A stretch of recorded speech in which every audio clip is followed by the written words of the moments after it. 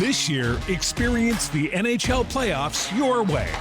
Want to watch a single? Do or Die Game 7, a full week of heavy-hitting back-and-forth series. Then check out Sling's 1, 3, and 7-day passes. Watch the Chase for the Cup on ESPN and TNT, starting as low as $4.99. No long-term contracts or overpaying. Just live hockey at home or when you want it. Sling lets you do that. Visit sling.com to learn more.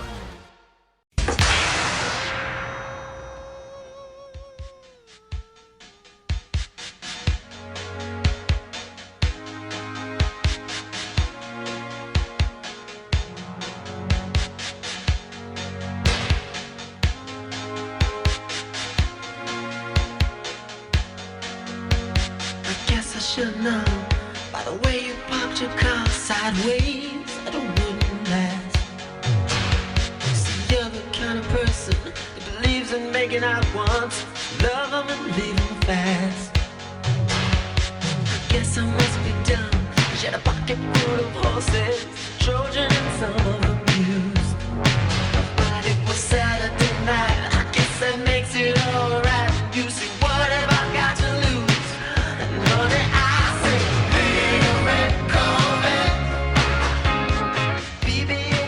It is all Prince all the time here on the show today. Your All Request Friday theme is the artist formerly known as It's Prince.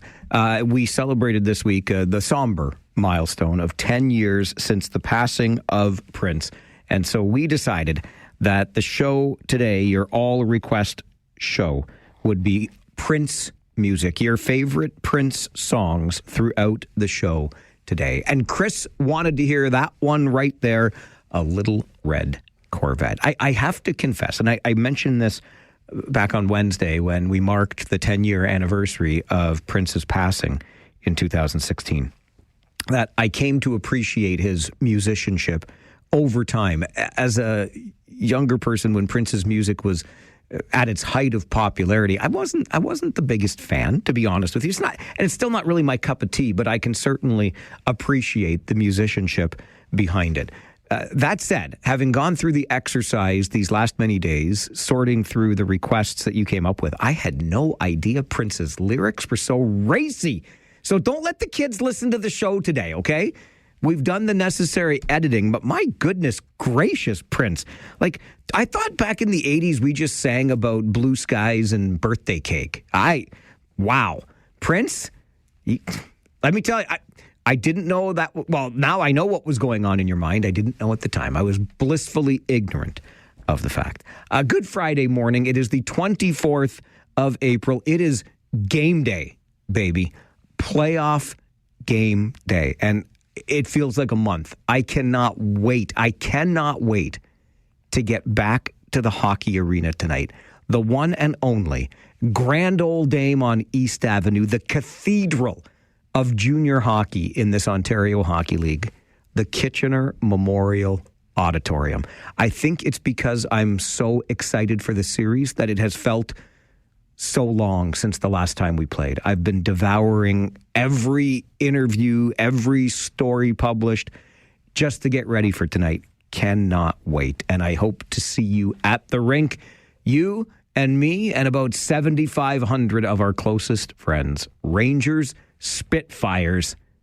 Game one, baby. It's a game day. Andre is on the phone with us. You know that we start the show every day. Open the phone lines at 519-570-2545, star 570, and 1-800-570-5715. And Andre is taking advantage first thing. Good morning, Andre. Well, because you let me do that. I do let you do that. Listen, it's your show, pal, not mine. Who cares what I have to say? Oh, that's not true. But, hey, Mike, I just want to say absolutely game day. I'm very excited. I got my case of wine ready for it. I can't wait for the 4-round panel to see who you got on about the 89% increase. Have a good one, Mike, and I can't wait to hear from you tonight. Thanks, Andre. Appreciate it. Did you hear what I heard? Andre has his case of wine ready to go. Not a bottle. Not a, what do you call a little bottle? There's like the baby bottles of wine. What, like Are those Mickey's too? Anyway, Andre has his case of wine at the ready. Joining us on our Friday 4 roundtable today between 11 and noon, we will have Linda Ockwell-Jenner with us, the president of motivationalsteps.com. David Kuhn, who works in the post-secondary sector and is a former chair of KW Accessibility. And my buddy Steve Bentley, I always just call him Bentley. Good guy right there, managing principal, Northern River Financial. They will join us between 11 and noon. And among other things, we will talk about that 89% bump for the people who chair the 3 standing committees of regional council. I have more to say about that in just a moment. But Jason is also on the phone with us early this Friday morning. Jason, good morning. Good morning, Mike. How you doing on a Friday? I am so good, buddy. I am so good. Thank you for asking. How are you? I am great. I'm ready for a hockey game tonight. Speak of hockey, I was watching that Barrie Colts Brantford game the other night. Oh, man, the product on ice is just phenomenal. The OHL is definitely, we are definitely spoiled in this province. But one thing I did want to point out, they had 2 great officials. They had Jason Feiss and Sean Reed that ran that game, and they ran that game as smooth as could be. It was a great hockey game to watch. I'm just curious what kind of circus we're going to end up with here in town tonight. Well, maybe Feisty and Reeder will be over here for this game tonight. You don't know. Well, we're hopeful, right? We're hopeful. Jason, I appreciate the call. Listen, we're down to the final 4 teams, which means we're down to the final 2 series, which means the OHL has its pick of its very best officials. And I agree with what Jason said, by the way. I followed that game on Wednesday night as well. Game 1 between Brantford and Barrie. Brantford won the game. But Jason Feist, I loved the... Wait a minute. That was just a Jason on the phone. Was Feisty... Did the referee just call the show and pump his own tires? Did I just get fooled here? I don't think so. That didn't sound like Jason Feist. But I thought he made a really brave but right call early third period, right off the opening faceoff. And he called one of the Barrie players for being a little too aggressive. After the faceoff, he cross-checked his opponent. This is a tie game of an Eastern Conference championship. The game was 3-3 at the time. And he awarded a power play to the Bulldogs literally seconds into the third period, but absolutely the right call. You can play the game on the edge. You can play the game aggressively, but Feist is like, you can't do that. Chucked him into the box where he belonged. So good point by you, Jason. I thought the officials did a very good job on Wednesday night, and I have little doubt that they'll do a very good job here again tonight. Okay, just before we get to our Farwell Show 5, and of course, our not $1 million question, just a little fun that we have every Friday here on the show. I'll ask you a question, and if you can come up with the answer to it, we're just going to be super impressed with you. Kind of like we're impressed by Jamie Ding on Jeopardy right now, right? Have you been following this guy? 30 wins now. More than $800,000 in prize earnings. The crazy thing is, Jamie Ding's 30 wins are not yet even half of the number of consecutive games won by now host Ken Jennings when he was a contestant on Jeopardy. But I've really been enjoying Jamie Ding's run. Most of the time, the games aren't even close. And last night, it got real close. But I didn't really like the guy that was giving him competition. He seemed a little cocky for my liking. So go, Jamie Ding, go. Anyway, you will be the Jamie Ding, the 30-game winning Jeopardy champion right now. Of our show, if you can come up with the answer to our not $1 million question, which I will ask you around 9:15, just before 9:15 this morning. I've been giving a lot more thought to this whole idea of an 89% increase for the regional councillors who chair the 3 standing committees. We've got a health committee, a public health committee, we've got a transportation committee, we've got a sustainability infrastructure committee, and these additional duties, other duties as assigned, have historically come with a $7,000 plus honorarium. And after a vote at council this week, it will now be a $13,000 honorarium, an increase of $5,500 or 89%. And the councillor who brought forward the motion, Councillor Colleen James, called into the show yesterday when I was pretty fired up about it. And I don't think I'm any less fired up today. I mean, I get it that it's quote-unquote only $5,500 in the grand scheme of the massive regional budget. But I would submit to you that if it's only $5,500, then you can live without only $5,500, right? And then there was the point that, listen, counselors work hard for this. They're dealing with really big, important issues. There's more work than ever before. I get it. But the $7,400 that counselors are currently getting on top of their regular salary, they still get that regular salary as well. This is the honorarium that is added if you are chairing a committee. And I'm going to be really honest with you here. I'm just going to tell it to you like it is, okay? Yes, chairing a committee or any meeting, quite frankly, comes with a degree of responsibility. But staff does the heavy lifting here. Staff prepares all the reports. You have to review the materials, and you have to make sure that the meeting follows Robert's rules. But other than that, I mean, you're making sure the meeting goes off or goes as planned. Other than that, like, the staff does the real heavy lifting here. So sure, some additional responsibility, but the staff in the background are doing all the heavy lifting on this stuff. And yeah, you start sometimes at 7:30 in the morning, Councillor James told us yesterday, and you work really hard for that money. It's not, I don't usually do this because I come from a generation where you didn't talk much about money, and I feel badly for elected officials when their salaries and increases become part of the public discourse. But I'm going to give you an apples to apples comparison here, because it's a $13,000 now addition to your salary if you're the chair of a committee, which you work hard for. You sometimes start meetings at 7:30 in the morning. There's a great deal of work to be done. I get paid extra money for broadcasting Kitchener Rangers games. It's in addition to, I have a salary, and then I get paid a game rate for Kitchener Rangers hockey. And I hope I don't get in trouble for anyway, whatever. It is what it is. I'm telling you the truth here. And over the course of a season, that amounts to about $13,000 additional dollars. In order to earn that $13,000 additional dollars, I broadcast 68 games and 34 post-game shows. So a total of, what are we at here? 102 different events for the radio station to earn it. And if you want to break it down by hours, I'm being as conservative as I can. A home game, I'm there for about 7 hours. A road game, I'm there for about 6 hours. I'm not counting any travel time in here. I'm not counting in or including the fact that these games happen on weekends mostly, or I sometimes travel for days and I'm away. It's just strictly the hours invested on home games when there's an additional hour for the post-game show, and on road games when there's no post-game. And those are very conservative.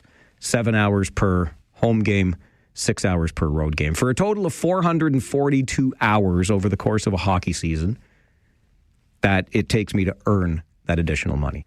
I would like to know then. I mean, I understand the counselors work hard. And some people are regional counselors and some people are hockey broadcasters. You tell me, are we working equally hard? And how do I get an 89% increase? How do we balance those two things? Joe Q Public and Regional Q Counselor. There's an opportunity here, and we talked about this on the show yesterday. And I will share with you the names of the counselors who voted in favor of this increase. Okay? So I'm calling directly to you, Regional Chair Karen Redmond, Councillor Colleen James, Councillor Matt Rodriguez, Councillor Doug Craig, Councillor Jan Liggett, Councillor Sandy Shantz, Councillor Joe Gowing, Councillor Dorothy McCabe, Councillor Pam Wolf, Councillor Chantel Hewenink, and Councillor Joe Nowak. You have the opportunity here to overturn the decision. One of you can bring back a motion that changes this back to the way that it was. You can do that. It's never too late to change your mind. Councillors Redmond, James, Rodriguez, Craig, Liggett, Shantz, Gowing, McCabe, Wolf, Hewenink, and Nowak. You voted in favor of this. you can change your mind. Bring forward a motion next week and say, you know what? 89% is a little bit on the excessive side by way of increase. And maybe, just maybe, we should go back to the drawing board on this one and take the 3% as recommended by the outside consultant. Rory is with us on the phone this morning. Rory, I got to go quick because I got to get to the not $1 million question. Well, game day, baby. Game day. Go Rangers, go. But I think maybe an easy solution, Mike, moving forward, let's just tie public sector wages to the rate of inflation, and that way we don't have to worry about paying consultants. And that way we don't have to worry about all of this, discussion around 5, 10, 15, 20, 80%. Thanks, Mike. Have a great day, and have a great game. Thanks, Rory. It seems so simple that way, doesn't it? We'll just tie it to inflation. I mean, not everybody in the private sector is getting increases tied to inflation. So that seems reasonable to me. 3% as opposed to 89. 1, 2, 3, 4, 5, 6, 9. All right, let's get to your Farwell Show 5, just ahead of your not $1 million question on this Friday morning. Number 1, starting Monday, commuters taking the GO train into Toronto will have a few more options. GO Transit adding 2 additional express trains on the Kitchener line to Union. It includes another morning train leaving Union just before 9 and an afternoon train leaving Kitchener about 3:45. Full changes are posted to our website, kitchener.citynews.ca. The added trips come as Metrolinx has also announced the expansion of GO service west of the region to Stratford. Those trips start July the 6th. Number 2, Prime Minister Mark Carney dismissed reports that the U.S. is demanding concessions before talks on CUSMA can begin, saying he's heard nothing about a, quote, entry fee. The PM insisted that Canada is not taking direction from Washington as tensions rise over trade. U.S. Trade Representative Jameson Greer has warned of possible enforcement action if American alcohol does not return to liquor store shelves here. Number 3, on your Farwell Show 5 this morning, Ontario's opposition parties are calling on Premier Doug Ford to apologize for insulting a Liberal member of provincial parliament. This after an exchange during question period between Ford and Liberal critic Stephanie Smythe. Speaker, with a government that has a new scandal every week, Ontarians don't need a new number. They need transparency. So, Speaker, to the Premier, why does this Premier, who claims to be accountable, make it so very hard to hold himself? Premier of Ontario. You know something, Madam Speaker? Do you know why the member's down here? Because CP24 didn't want her anymore. Bottom line. Simple. That's why she's down here. And she was just a promoter for a Liberal agenda, NDP agenda, when she was doing interviews. You think there could be anything else? That is the facts. That is the truth. Yeah, it hurts, doesn't it? It hurts when you aren't wanted. There's a reason why you're here. There's a reason why you're here, as Premier Ford's microphone got cut off. For what it's worth, Stephanie Smythe used to work with our group of radio stations. Who whizzed in the Premier's Cheerios? Interim Liberal leader John Fraser and Green Party leader Mike Schreiner say Ford needs to say he's sorry. Number 4 on your Farwell Show 5 this morning, another playoff game day has finally arrived. The Kitchener Rangers open the Western Conference Final tonight at the Memorial Auditorium, hosting the Windsor Spitfires. This is the 4th time in 5 years the teams have met in the playoffs, with the Rangers winning the past 2 meetings. The Harris Law pregame show starts tonight at 6:30. Josh Piercy and I will be with you from there right through Rangers Talk, where we take your calls after the game. And number 5 on your Farwell Show 5 this morning, a tough loss for our U18 AAA Waterloo Wolves yesterday at the TELUS Cup. The Wolves fought from behind, scored twice in the third period, but fell 4-3 to Okanagan. The Wolves are now 1-3 at the National Championship, and they will take on the host team from Peterborough today.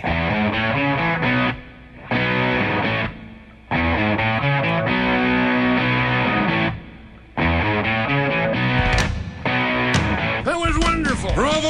I loved that. Oh, it was great. Well, it was pretty good. Well, it wasn't bad. Well, there were parts of it that weren't very good, though. It could have been a lot better. I didn't really like it. It was pretty terrible. It was bad. It was awful. It was terrible. Get him away! Hey, boo! Boo!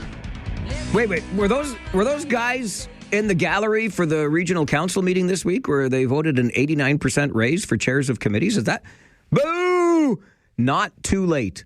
Not too late to change your mind. It's never too late to change your mind. Only councillors Erb, Foxton, Harris, and Verbanovic voted against that increase for committee chairs. I got into that a little bit more this morning because I just wanted to remind councillors it's not too late to change their mind. So I'm a little late getting to your not $1 million question. Sorry about that. Here it is. And please do play along because you can be the Jamie Ding of our show. That's how impressed we will be with your intelligence if you can answer this. It takes the average person 6 tries to successfully do this. Bonus points if you say vote yourself an 89% raise. Oh, no, that didn't take 6 tries. It just took 1. Just like that. It's done. 89%. It takes the average person 6 tries to successfully do this. What is it? We're average, you and me, right? So what is it that we take 6 tries to successfully do? You think you know the answer? Give me a call and let's find out. Play the not $1 million question with us on the Mike Farwell Show this morning on 570 News Radio.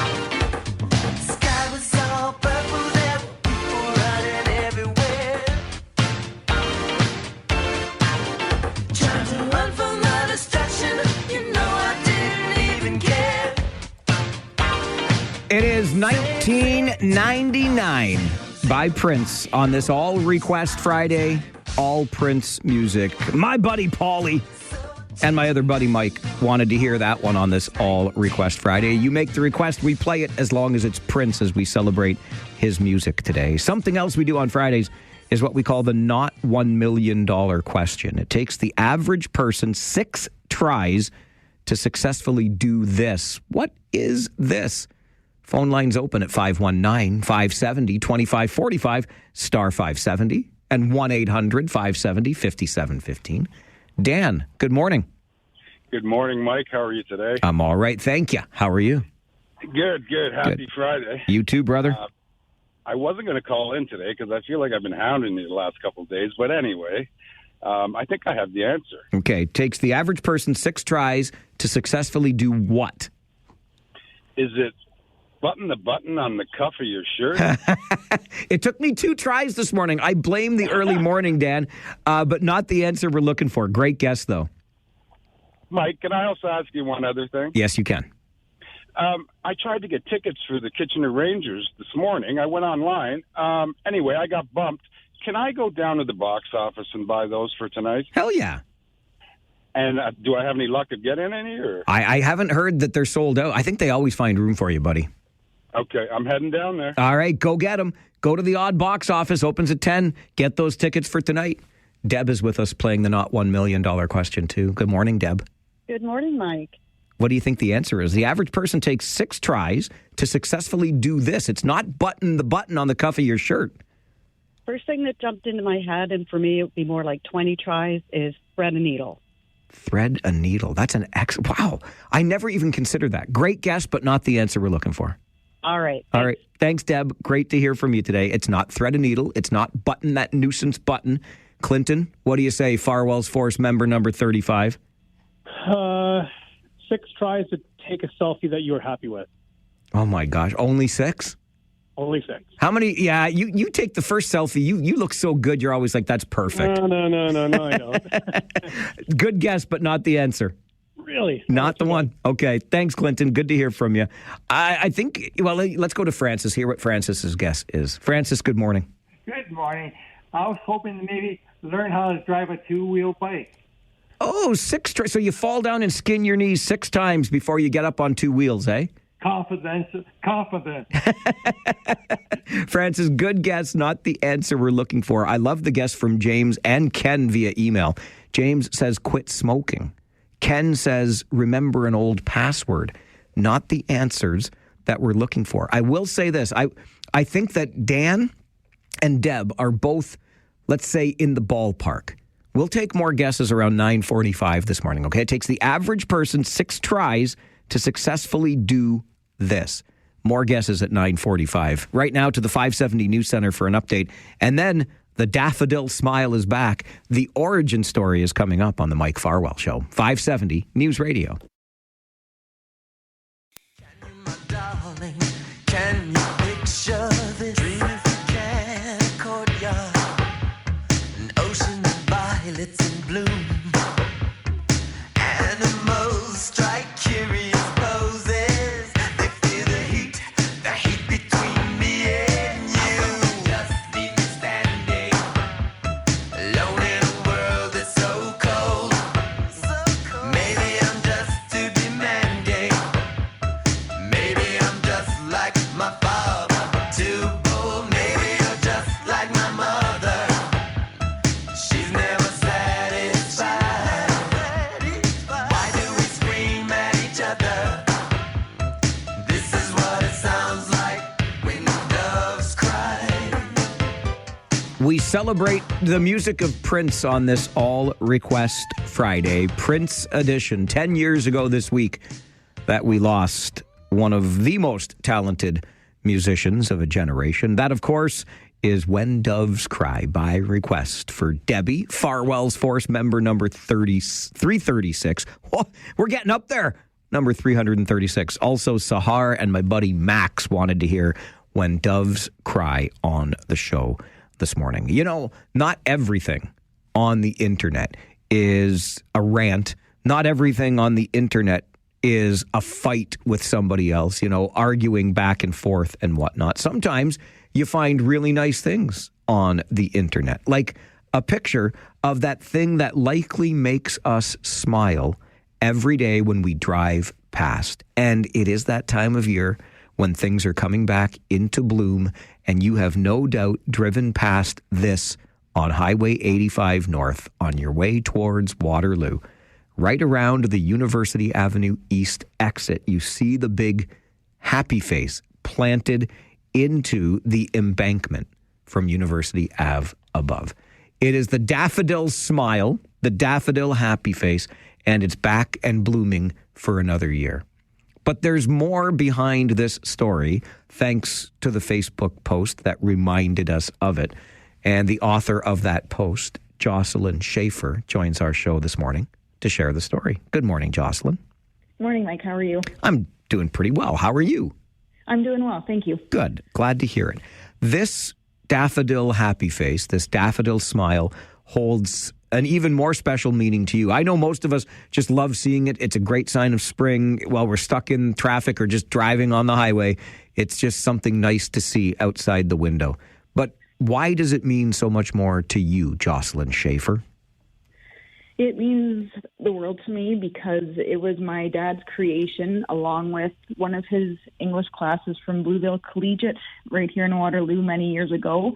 He was instrumental, along with his one class, of putting that daffodil smile there in memory of a student who unfortunately took their own life. So this was a tribute to that student. What was the motivation for your father and the tribute aside, like why this? Was there any sort of affinity to daffodils, happy faces? Like what was behind that? I don't know. My dad and I were just driving on the Expressway one day, and I happened to, off the cuff, just say, wow, look at that daffodil smile. And his face lit up, and so all of a sudden he told me that he had put it there with his class. And from then on, it's meant a lot to me. And even when it's not blooming, I know that it's there. And it's just a reminder. It's a reminder of him and something that he did for everybody to enjoy. Were you able to learn from your dad how he got this done in the first place? Because it's not the easiest thing to plant. No, it's not in the easiest spot. I've actually wanted to stop myself and try to get closer to it to have my picture taken. But as you've alluded to, the location is the safest spot to do that. So I'm not sure. Maybe it's because it's close to Blueville. It's like a central area for people. I really don't know. And it wasn't until shortly before he suddenly passed away that I actually learned that it was him that was instrumental in this. So unfortunately, I don't have a lot of history that I can share with you about it. I just know that he and a class did it in memory of a student who took their own life. And it still continues to bloom and blossom to this day. I mean, somebody has to be keeping this up, don't they, Jocelyn? I don't know. I don't see many people attending to it. I personally would like to do that myself, but it's a safety concern for me. And I would think I would have to probably talk to somebody with the city of Waterloo just to see, that I'm not making or breaking any bylaws or anything, because it's quite shocking that it's there. I mean, it's beautiful, it's vibrant, it's very well, seen. But I don't want to break any bylaws, but I would certainly like to get in touch with somebody to see if I can plant some more seeds, or if I can, weed, just keep it looking vibrant and healthy, because I want it to be enjoyed by many people for many more years to come. I would have to think that the provincial government would somehow have to be involved too, because we're talking about an embankment on the side of an expressway. I don't know, but there might be a few hurdles to cross. Do you have any idea, Jocelyn, how many years back we're going with this thing? Because it's been there for as long as I can remember. Yeah, I have no idea. I know my dad retired in 2004. So I really have no idea. If there's a student that's listening or a teacher that's listening that has more information than I'm able to provide, I would be more than happy to talk to them and to learn more about it, because again, I don't have that much to go on, and with my dad not living anymore, I can't really ask him for more information. So I'm open to hearing more about it, because I would like to continue. I'm very limited to the information that I have. What goes through your mind when you pass by it on the expressway? It reminds me of my dad. He was a wonderful man. He had many talents, but above all, he was the best father to my sister and I. He was a teacher for many years. He was an avid gardener, which speaks volumes about that. It brings back so many memories of my dad just being a wonderful person, and how much I miss him. And if I'm having a bad day, I will for sure go for a drive and sit on the side of the expressway, and I will look at that smile. And if I'm not able to pull over, I still look at that smile, and I know that he's with me regardless. And of course, I have to crank AC/DC Thunderstruck, because that was our favorite song, but it has brought me a lot of comfort. I mentioned at the outset that, not everything on the internet is a bad thing by any stretch. And you posted this on a public page on Facebook, and the response, I went through I couldn't possibly have gone through all of the comments, Jocelyn, but what do you make of the response to your post on Facebook? Well, as you said, there's far too much negativity, whether it's on social media or person to person. So I always try to look at things with the glass half full, not half empty. So the fact that people are enjoying it, and a lot of people didn't know the story behind it. So the fact that I was able to educate them in a way and tell them about how it came to be, and just so many other people are enjoying it, it brings a smile to my face, and it warms my heart. My dad was a wonderful man, and I lost him very suddenly 4 years ago. So it helps me on the good days, and it helps me especially on the bad days. And I think it goes to show when you go through have you gone through the comments? I mean, do you keep up with it? I don't know how you could with that many. It's hundreds now, but... Well, to be honest, every evening before I go to bed, I go through them, and I put a little heart emoji on every comment. So I've made it a personal mission to acknowledge each comment that there is. I don't know how many there are, but I have acknowledged each and every one of them. It goes to show the impact that this daffodil happy face, this daffodil smiley face has on so many people in this community. Yep, and it's a wonderful tribute that my dad did, and I'm glad that everybody's enjoying it. And again, I want it to last for many, many years to come. Jocelyn, it's a great story. I appreciate you sharing it with us this morning. Thank you very much for being here. Thank you for your time, Mike. Stay well, and I would be remiss if I didn't say for tonight, go Rangers, go. Atta girl. I love to hear that. We'll get those comments all day, I hope. Thanks, Jocelyn. Thank you. Take care. You too. Bye now. Bye. Jocelyn Schaefer, who is reminded of her father, who passed suddenly 4 years ago. Every time she drives along Highway 85 North, as you're passing the University Avenue exits, we see it all the time.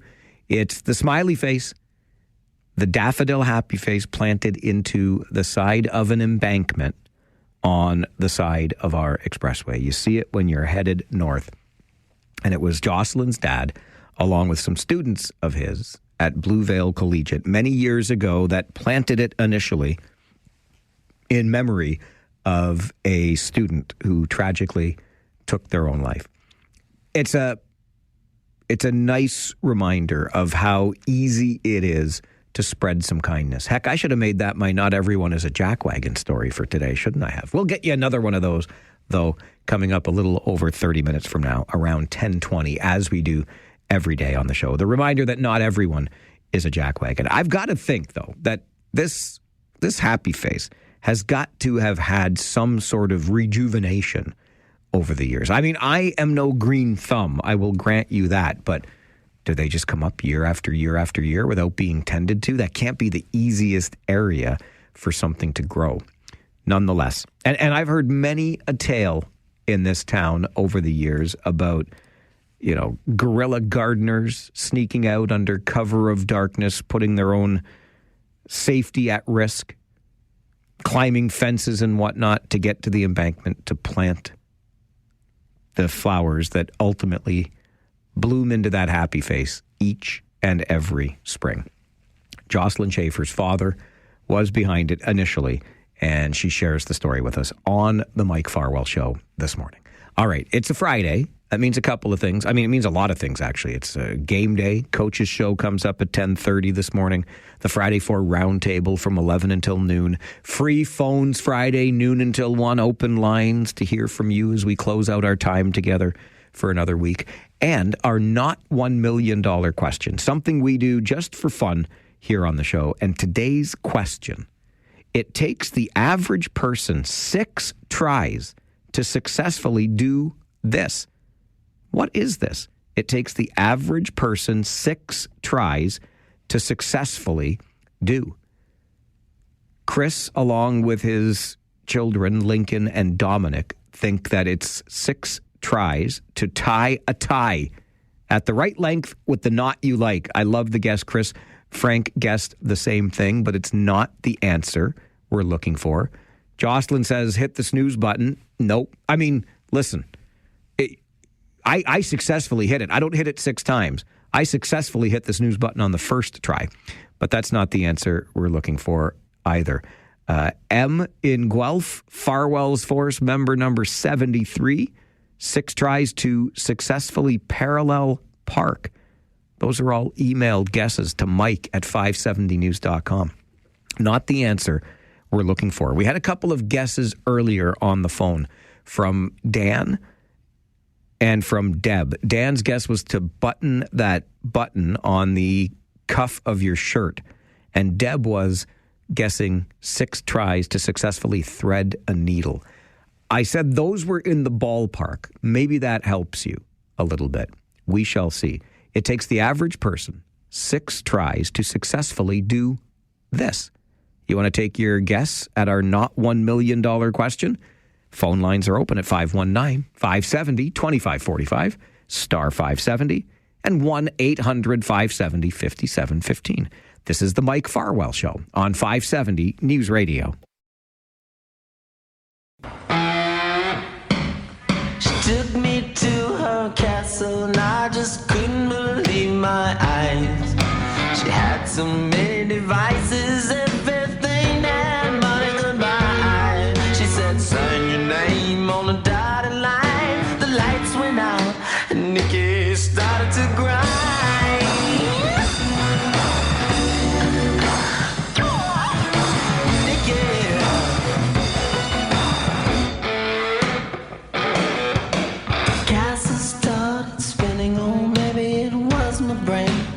Can't tell you what you did to me, but my body will never be the same. Will you kick your behind? Oh, just show you no mercy, but just shout enough, show you how to find. I told you to hide the children, or at least cover their ears for this All Request Friday as we celebrate the songs of Prince. Deb the Blue Noser wanted to hear some Darling Nikki on the show this morning. Your request, you Blue Noser, you, is our command. Deb is Farwell's Force member number 290, by the way. On Fridays, we also play a little game called the Not $1 Million Question. I ask the question. It's not worth $1 million, but we will think that you are as smart as Jamie Ding, the 30-game winner, Jeopardy champion right now on a great run. Lots of fun to watch. I love Alan's guess via email to mike@570news.com. Takes the average person 6 tries to successfully get the answer to this question. Well done by you, Alan. Not the answer we're looking for, but we're going to go back to the phones. And Doug is with us. Good morning, Doug. Morning, Mike. What do you think it is? How about trying to start a coat zipper? A who what now? A coat zipper. A coat zipper. Oh, my gosh, Doug, I'm so sorry. That's on me and my ears. I thought you said a coat dipper. I'm like, what is a dipper? Doug, that's a very good answer, but not the answer we're looking for. Okay, go Rangers. Go Rangers. I love it. Keep those positive vibes coming.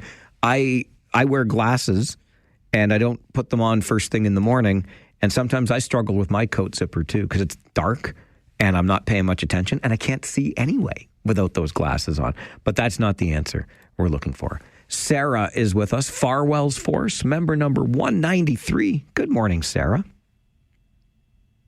Oh. Actually, it's Carol. Good morning, Mike. I've got the answer. Wait a minute.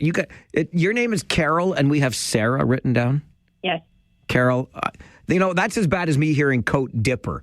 I don't know what Dev, take some wax out. Dev and I are going for an earwax removal later today. Sorry, Carol. Good morning. Good morning. Doing up a zipper, or no, not a zipper. Doing up a necklace. Oh, doing up a. Do you do that yourself? Are you like that skilled, or do you have to get somebody else to do it up for you? Well, I used to have someone to do it, but I'm on my own now, and it takes longer. Bless your heart. Bless your heart. Not the answer we're looking for, but a very good guess, Carol. Thank you. Okay. All right. You have a great day. Thanks, Mike. You too. Thanks. Bye-bye. Bye-bye. Farwell's Force member number 193. Wendy sent me an email earlier this week, and she has made an electronic version, a spreadsheet version she's created the spreadsheet template, and she even offered to do the data entry for me. So Farwell's Force would be at my fingertips electronically. And then I just could have looked up Force member number 193 and known it was Carol instead of Sarah. I wonder if I should take Wendy up on that offer. A spreadsheet? Me? I got pen and paper. Anyway, it's not doing up a necklace. The average person takes 6 tries to successfully do this. Dan, good morning. Morning, Mike. I might be late to the party, but maybe this has been guessed. I'm thinking maybe do up a necktie. A necktie was guessed, and that's a great guess, but not the answer we're looking for. Very good. All right, Good Dan. luck. Thanks a lot. Thanks for playing along. I put on a necktie for every single Kitchener Rangers game, 68 times a year, just for hockey games, not to mention the other times I put on a tie. And sometimes, I do it so often, and still, the length ain't right. Got to fix it, but not the answer we're looking for. Lisa, good morning. Good morning, Mike. How are you? Good, thank you. What do you think it is? The average person takes 6 tries to successfully do this. So I'm thinking I would take more tries, but I heard a story about cornhole the other day, and I'm wondering if it takes 6 tries to get the beanbag in the cornhole. To get a cornhole? Yeah. Yeah, a good guess, Lisa, but not the answer. Okay. Have a good day. Go Rangers, go. Thanks, Lisa. Go Rangers, go. We'll get to the answer. I gotta give it out in the next 60 seconds or so. Let's see if Mark knows the answer. Morning, Mark. Good morning, Mike. I believe it may be starting the lawnmower. Listen, I got a new lawnmower last summer, Mark, and it promised it would start on the first pull every time. Okay. So far, so good, but I know what you mean. Sometimes they can be stubborn. Not the answer we're looking for, though. Okay, I was thinking an old lawnmower. Yeah, I get it. Mine won't start on the first pull forever. I know. Thanks for playing, Mark. Okay, thanks. Bye. Good to hear from you today. Let's squeeze in one more. Chris, you get the last guess. Can you get the answer to our not $1 million question? Is it create a new habit? Create a new habit. Another very good guess. Kind of ties into quitting smoking. But no, I tried to help you along the best I could. When Dan guessed button that button on the cuff of your shirt, and Deb guessed thread a needle, because those are kind of household things, right? It takes the average person 6 tries to successfully fold a fitted sheet. You know how you fold a fitted sheet? You try, it looks like hell, and you put it away anyway, in my opinion. But the answer to our not $1 million question today, fold a fitted sheet. This is the Mike Farwell Show on 570 News Radio.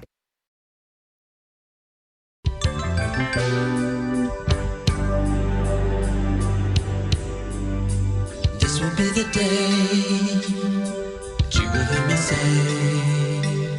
that I will never run away.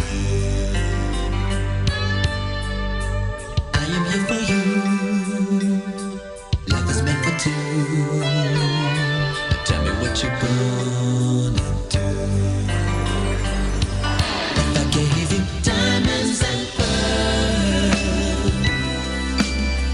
would you be a happy boy or a girl?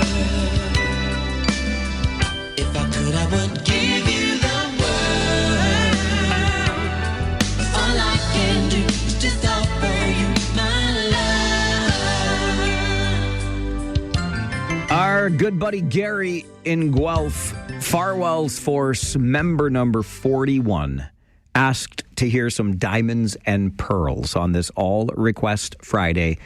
All Prince, all the time. It was 10 years ago this week that we lost Prince, so we celebrate him and his music on the show today. Diamonds and Pearls, our latest request on this All Request Friday. Did you know that this past weekend, I know I'm going back in time a little bit here, but it's worth going back in time to last Saturday, just in case it slipped your attention. The Waterloo Public Library celebrated its 150th year of service to our community. The library is almost as old as the country. For crying out loud, the library has been around almost as long as it's been since the Leafs last won the Stanley Cup. But don't get me started with that. 150 years in the books at the Waterloo Public Library. Pun intended on that one.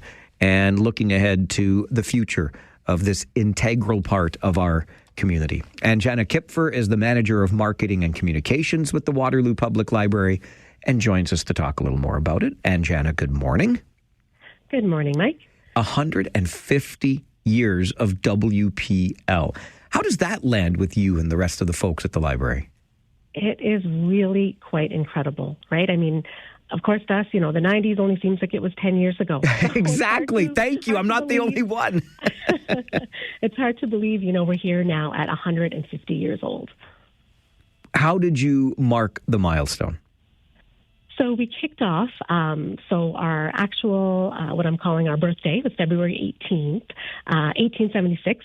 And so we kicked off some celebrations this year, invited families to come in and make birthday cards. And then we had a birthday party, a very traditional big birthday bash this past Saturday. We had face painters, we had, a magician, lots of families coming through with birthday cake and giveaways and prizes. And so it's been great. And of course, for the rest of the year, we have lots more initiatives and activities and giveaways planned too. I have it on good authority that the celebration this past weekend, Anjana, was very well attended. And, of course, it brought a lot of energy and even noise into a library, which, when I was a kid, there was no such thing as noise in a library. But I think this just speaks to the kinds of places that libraries are, what they represent in our community today. Absolutely. They've certainly evolved. And, this past weekend, we probably had, I think, about 700 people who came to the birthday bash ready for a good time. And, the days of the library being a place of absolute quiet, have certainly changed because there's so much, there's so many activities and so many more things to do at the library now. And so we're really grateful, that, to have that kind of energy in the library where people are sharing the space and, having these opportunities to connect with each other in the community.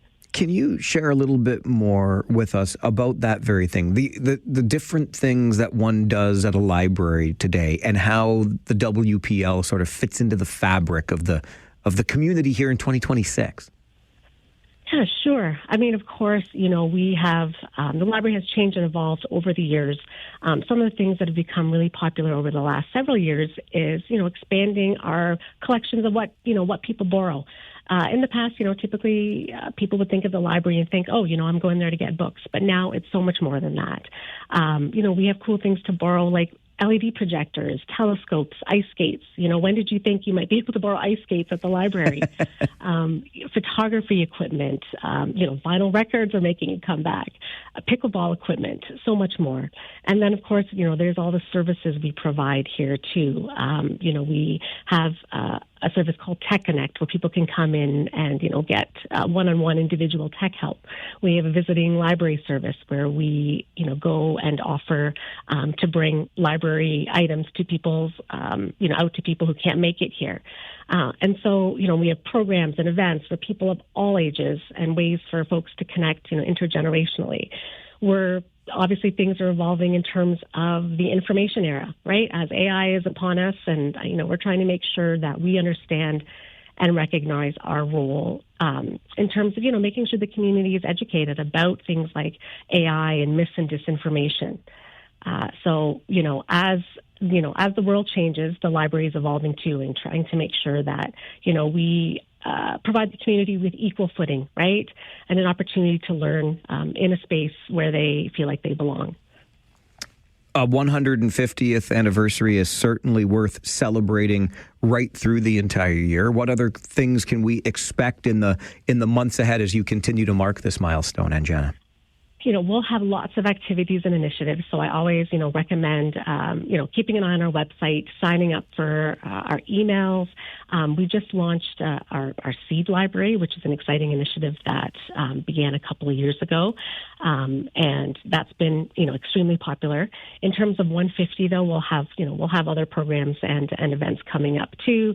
Some little surprises and things like that, people will learn about in the next little while. So certainly keep an eye on what's happening at WPL. That website is wpl.ca, the 150th. And I know, like when we're marking a milestone like this, and it's so significant, going back to 1876, as you mentioned, and I mean, who could possibly project the next 150? But I'm just trying to think of, that library, the WPL in 1876 compared to the WPL in 2026. I mean, the transformation that has happened, the evolution over all of that time is remarkable, to say the very least. How do you plan ahead 5, even 10 years from now for the library's role in our community? Right. I know it is tricky. And, thinking back to 1876, there were no kids allowed. So, really? Thankfully that changed in the years after. But yes, lots of big changes over the course of 150 years. And especially, as I mentioned the 90s, I'm a 90s kid. But when the 90s came along, it brought lots of technological changes, right? Barcode systems for books and arrival of free public internet and computer usage and our very first website. And so, we've seen this evolution, and now looking ahead at the next, 5, 10, 150 years, it's just, it's so incredible to think about, right? And what the impact will be of the library in the future. Right now, we have some really incredible projects happening where our McCormick branch is getting a big renovation starting this fall. And then in addition, we are working on a feasibility study of the main library. So, the main library was built in 1966 and had an expansion in 1989. And it's probably, it's time for an update. So, we've been asking the community to let us know, what they want to see for the future of the main library and even the library as a whole. What are they expecting and what the role of the library will be in the future. And so it's really important for us to get that feedback from the community, because this is that, the library is that shared experience. It really is. And I think it's underappreciated and probably underreported. I'm glad we could have this conversation today, Anjana, and that you could make yourself available for it, because I absolutely love the work that you do. I think libraries play such an important role in our community. And what better time to have the conversation than in commemoration of the 150th of WPL. Here's to the next 150. And thank you so much for this today. Thanks so much, Mike. We always appreciate your support. You've been a great library supporter over the years, so thanks so much for taking the time. Absolute pleasure. You enjoy the rest of your day. Thanks so much, Mike. Take care. Bye-bye. And Jana Kipfer is the manager of marketing and communications at the Waterloo Public Library. This past weekend, the big birthday bash, but really through the rest of this year, marking 150 years of our Waterloo Public Library. I will admit up front my bias in this regard, okay? I've always been a library guy, a books guy, always have had a love of reading. When I was a kid, it's the second time this week in a different context. So here you go. You're getting some insight into Farwell family vacations of a bygone era. I was sharing earlier in the week, so our family had a cottage in Port Elgin, and that would be a typical way for us to spend a week or even sometimes two up at the beach, because the cottage was a stone's throw from the main beach there in Port Elgin. And when we would go, so earlier this week I was telling you about on some weekend mornings when we were up there, my parents would take us out onto the surrounding rural roads where we would collect discarded beer bottles and cans, bring them back into town, take them to the store and get our money, and then we could use our money during our little vacation up there. Loved it. It was a great way to pass some time, I suppose, and earn some money. And one of the other things that I would always do when we got up to Port Elgin, I would go directly, like first day, get to the cottage, unpack the car. Okay, Mom and Dad, drive me into town because I want to go to the Port Elgin Public Library and take out a few books that I can read while we're on this vacation. I still, every time I go back to Port Elgin and I'm on the main street there, I look at that library and think back on that experience. Then, as I've shared with you before, my very first formal volunteer, I've been volunteering with cystic fibrosis for a long, long time, but that's almost like a birthright that I would do something like that because of how cystic fibrosis impacted our family. But for a volunteer, a more formal volunteer experience in this community, my first one was as a trustee with the Kitchener Public Library Board. And that just reawakened all of this for me in the community. And I was on that board with the Kitchener Public Library as we did the expansion and renovation on the main branch on Queen Street. And I still love walking into that building to this day. I was just there a couple of weeks ago. And the bright space and just the vibrancy that it is. Even then, going back, when was I on that board? Around 2007, I guess, at the Kitchener Public Library. And there was all the talk then, like, who needs a library anymore? We've got the internet and this and that. I'll tell you this. Libraries are the great equalizers. They really are. They make so much so accessible to so many. So whether you think the internet and your smartphone is all you need or not, I promise you that libraries, I mean, think of one of the things that Anjana mentioned, and that is, borrowing a pair of skates to go to the Waterloo Public Square and enjoy your skate that day, for example. Libraries have evolved. They're not just dusty old repositories of books and information, and you have to walk around in a pretty dimly lit building and be quiet all the time. They're really community hubs in so many different ways. Absolutely love them. There's my bias coming out. I know, I'm a geek, but I wear it proudly. I really do. And the Waterloo Public Library is celebrating its 150th anniversary this year, going all the way back to 1876. Canada was just a wee lad at the time when the WPL came along. You can follow along on their website, sign up for that mailing list at WPL.ca. This is the Mike Farwell Show on 570 News Radio.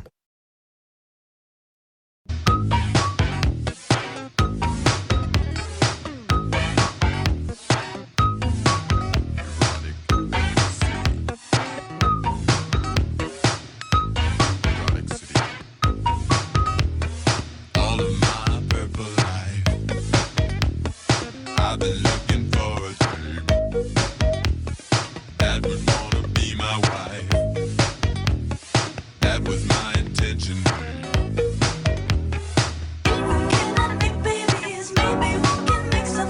But so pretty, you and me, erotic city, come alive. Erotic city, can't you see? But so pretty, you and me, every time I comb my hair. Thoughts of you get in my eyes. This is one for Nate. Farwell's Force, member number 8. He wanted to hear a little bit of Erotic City by Prince on this All Request Friday, Prince edition. It was 10 years ago this week we lost Prince. We celebrate him and his music on our All Request Friday today. It is right around that time of the day, just around 10:20 every day. We like to take a break from some of the heavier stuff. We set aside the complaining and kvetching for just a moment to remind you that not everyone is a jackwagon. You know, not everyone will vote themselves an 89% increase for the committee that they chair at regional council. Not everyone will do that. And I remind you, Councillors Redmond and James and Rodriguez and Craig and Liggett and Shantz and Gowing and McCabe and Wolf and Hunick and Nowak, who voted in favor of the 89% increase. It's not too late to change your mind. I get it. In the big picture, the money that we're talking about here is the proverbial drop in the bucket. But there's something else at stake, and that is the message you send to the hardworking people of this community who do not get $5,500 increases for a part of their job that they can vote themselves. Just remember that aspect of it, okay? It's never too late to change your mind. And maybe Councillors Erb, Foxton, Harris, and Verbanovic, who voted against the increase, can convince their fellow councillors that a reconsideration is in order. Not everyone's a jackwagon. Not every heart is cold. Not every promise made to you is gonna turn to gold then fold. Some people mean it when they say they care. Some folks will show up, actually be there. So don't close the door on every soul you meet. Not everyone's a jackwagon on this street. How can I follow up our conversation about the 150th birthday of our Waterloo Public Library without sharing a story today about the library dads? That's right. It all started when Kari Arnold brought his 4-month-old daughter, Araya, to the library, hoping to build connection and inspire in her a love of reading. After making regular trips to the library with his daughter for a year, Kari thought, you know what? More people might be interested in this idea, taking their kids to the library. So he posted about his experience on Instagram, and he invited other dads to join. And after doing it for a year, I decided it would make sense to get other dads involved in learning how to bond through books, through going to the library. We want to bond through books and build a brotherhood. That's one of the things we want to do here, is reduce that feeling of isolation and also reverse the literacy crisis. You want to bond through books and build a brotherhood. Now, dozens of dads are regularly meeting at this Atlanta library to share their love of reading with their kids. And at the same time, the library dads are improving literacy skills. Research shows that children who are read just one book a day hear roughly 300,000 more words by the age of 5 than children who are not regularly read to by a parent. You know, it just occurred to me. Children who are read just one book a day hear roughly 300,000 more words by the age of 5.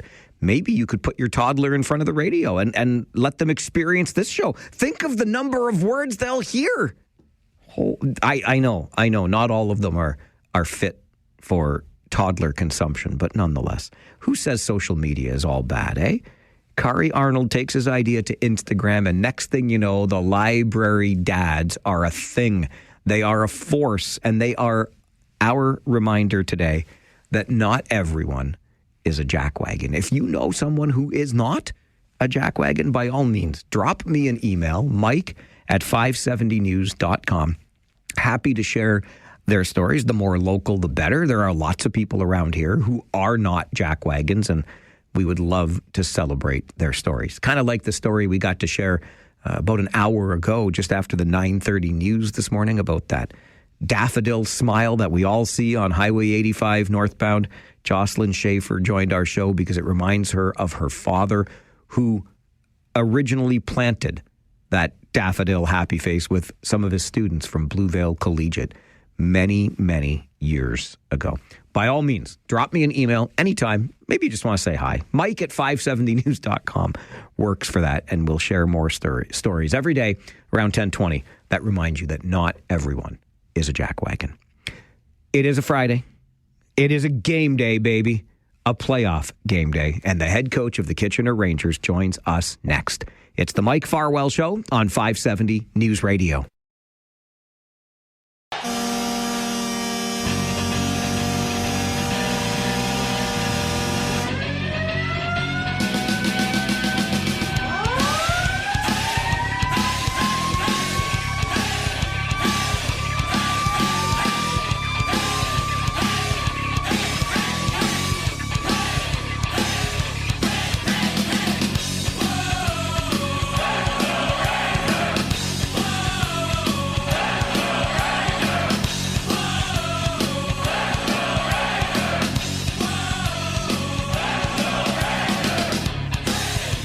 Today is finally the day. And that song, of course, the song you'll hear when the Kitchener Rangers score a goal at the Memorial Auditorium as we finally get the Western Conference Championship underway. It is the battle for the Wayne Gretzky Trophy. And it begins tonight in Kitchener as the Rangers take on the Windsor Spitfires. It feels like forever, but we're back to the rink tonight and on Friday mornings at this time, as he has done all season long. We are joined by the head coach of the Kitchener Rangers, Jussi Ahokas, for the Coaches Show. Jussi, good morning. Good morning. I wanted to ask first about Sam O'Reilly, because he is one of the finalists for the Red Tilson Award as the most outstanding player in the Ontario Hockey League. What have you seen from Sam O'Reilly? What has he meant to this hockey club? Well, in all, he's a great leader. He plays a great two-way game. He competes really hard, and then, of course, his hockey sense and ability to make plays and come up when we need it, that's huge. So, yeah, we have a great hockey player here. Certainly do, and he's got some championship experience along with Jared Woolley, of course, his former teammate in London. How important are guys like that at this time of the season, coming into a series like this, Jussi? I think that it's really important. They know what it takes to win, and they've seen it, so and they want to do it again. So I think that's just that experience from those tough games. It means a lot, and they're not the first time in this situation, so it's a big advantage. You swept Saginaw in round one. You got past Sault Ste. Marie in 5 games in round 2. When you look back on that series versus the Greyhounds, Jussi, what are your takeaways as to how your team was able to knock off the Sioux? I thought we did a good job, all in all. I thought the expected goals in every game were for us, so we were the better team. We had solid defense. We had only, I would say, maybe 2 bad periods, what I didn't like, but otherwise there was solid playing, and George was, of course, they had a great goalie, so we still could go get pucks past them every game well. So I thought, all in all, it was a solid performance from the team. I know how important it is in the playoffs to get as much time between series as you can. You had 8 days, after the Saginaw series, another 7 after the Sioux series. Does anything change for you this past week as you get guys ready for this next series now versus Windsor in terms of how you prepare? No, the preparing's the same. I think it was good. We got a good rest, so have Dave. So it's even. So there's no difference there. But just small details and going through how they play and what little adjustments for our game. And we know it's going to be a tight series.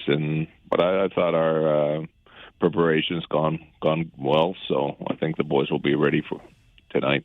Speaking of being even, you look at these two hockey clubs, you see, and there's not a lot of difference. You look at goals for, goals against, power play, penalty kill, really evenly matched, at least on paper. What are you going to have to do to be successful against this Spitfires team? Well, I think it all comes in the net front, and who wins the net front will win the series. You have to be, both teams defend well, so you have to have guys who are willing to go there and just win those battles, and there'll be small details, and of course the special teams will be huge. That's a big thing. If they're going, that gives you a big advantage.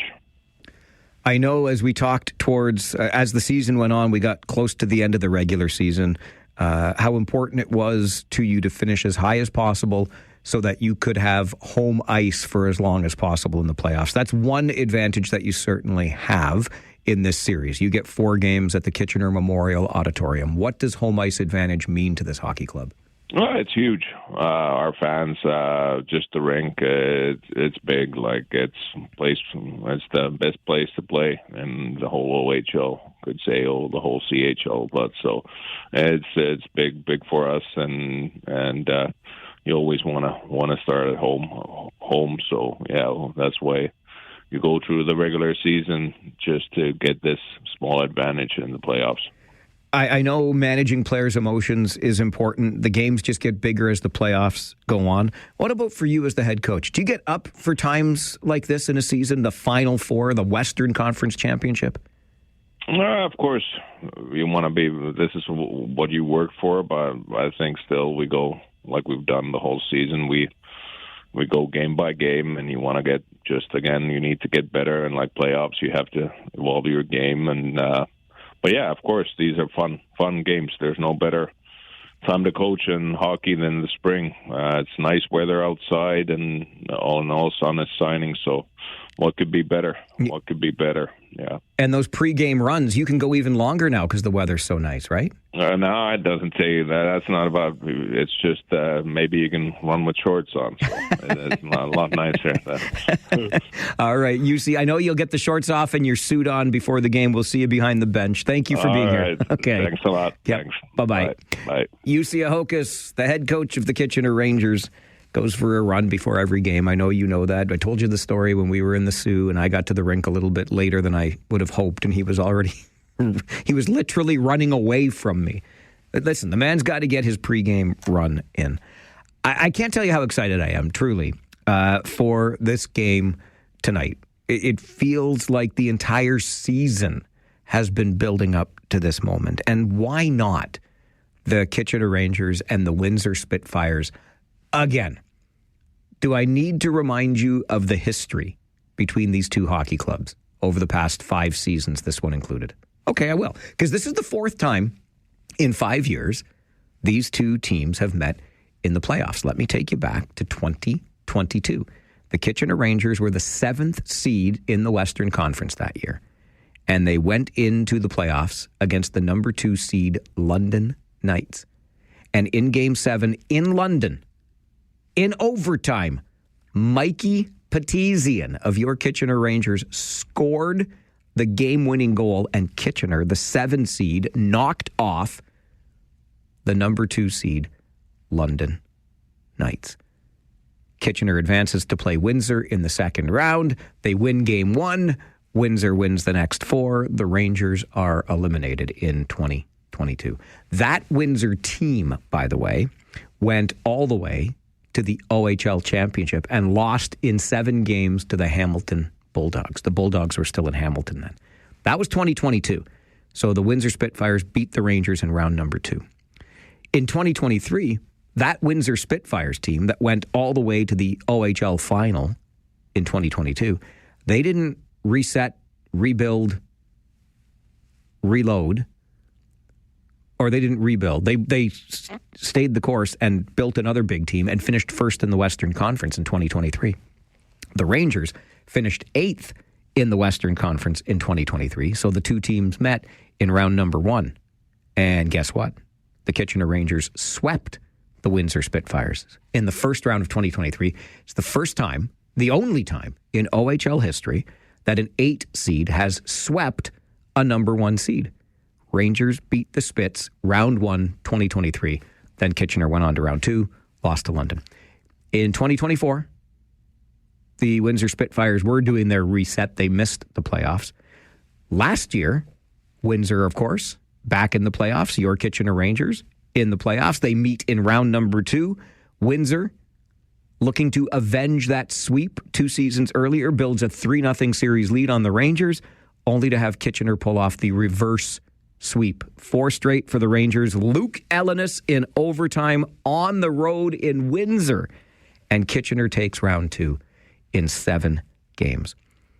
So those were the previous 3 meetings coming into this season's meeting, the 4th time in 5 years between these two hockey clubs, and they are so evenly matched. We, I think, are in for a Jim Dandy of a series, and I cannot wait for that puck to drop tonight.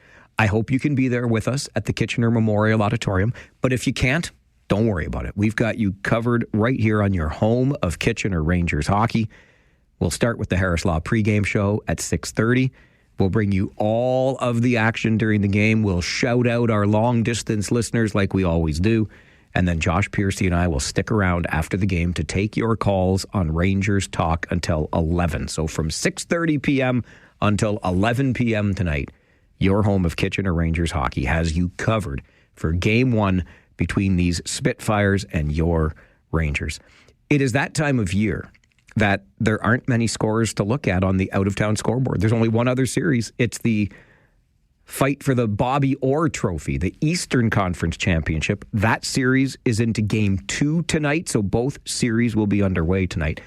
On Wednesday, the Brantford Bulldogs opened that Eastern Conference Championship with a 4-3 win over the Barrie Colts. So they will play again tonight in Brantford, about 40 minutes away from here, where we will be at the Memorial Auditorium for Rangers Spitfires. Again, remember, everything starts at 6:30 right here on your home of Kitchener Rangers hockey. You don't want to miss a thing. We're going to take a quick break. When we come back, your KW Titans are 1 win away from their first ever Basketball Super League championship, and they are up against the defending champs from Sudbury. The Titans get out to a 2-0 series lead. They go on the road to Sudbury, and the Sudbury Five beat them in Game 3.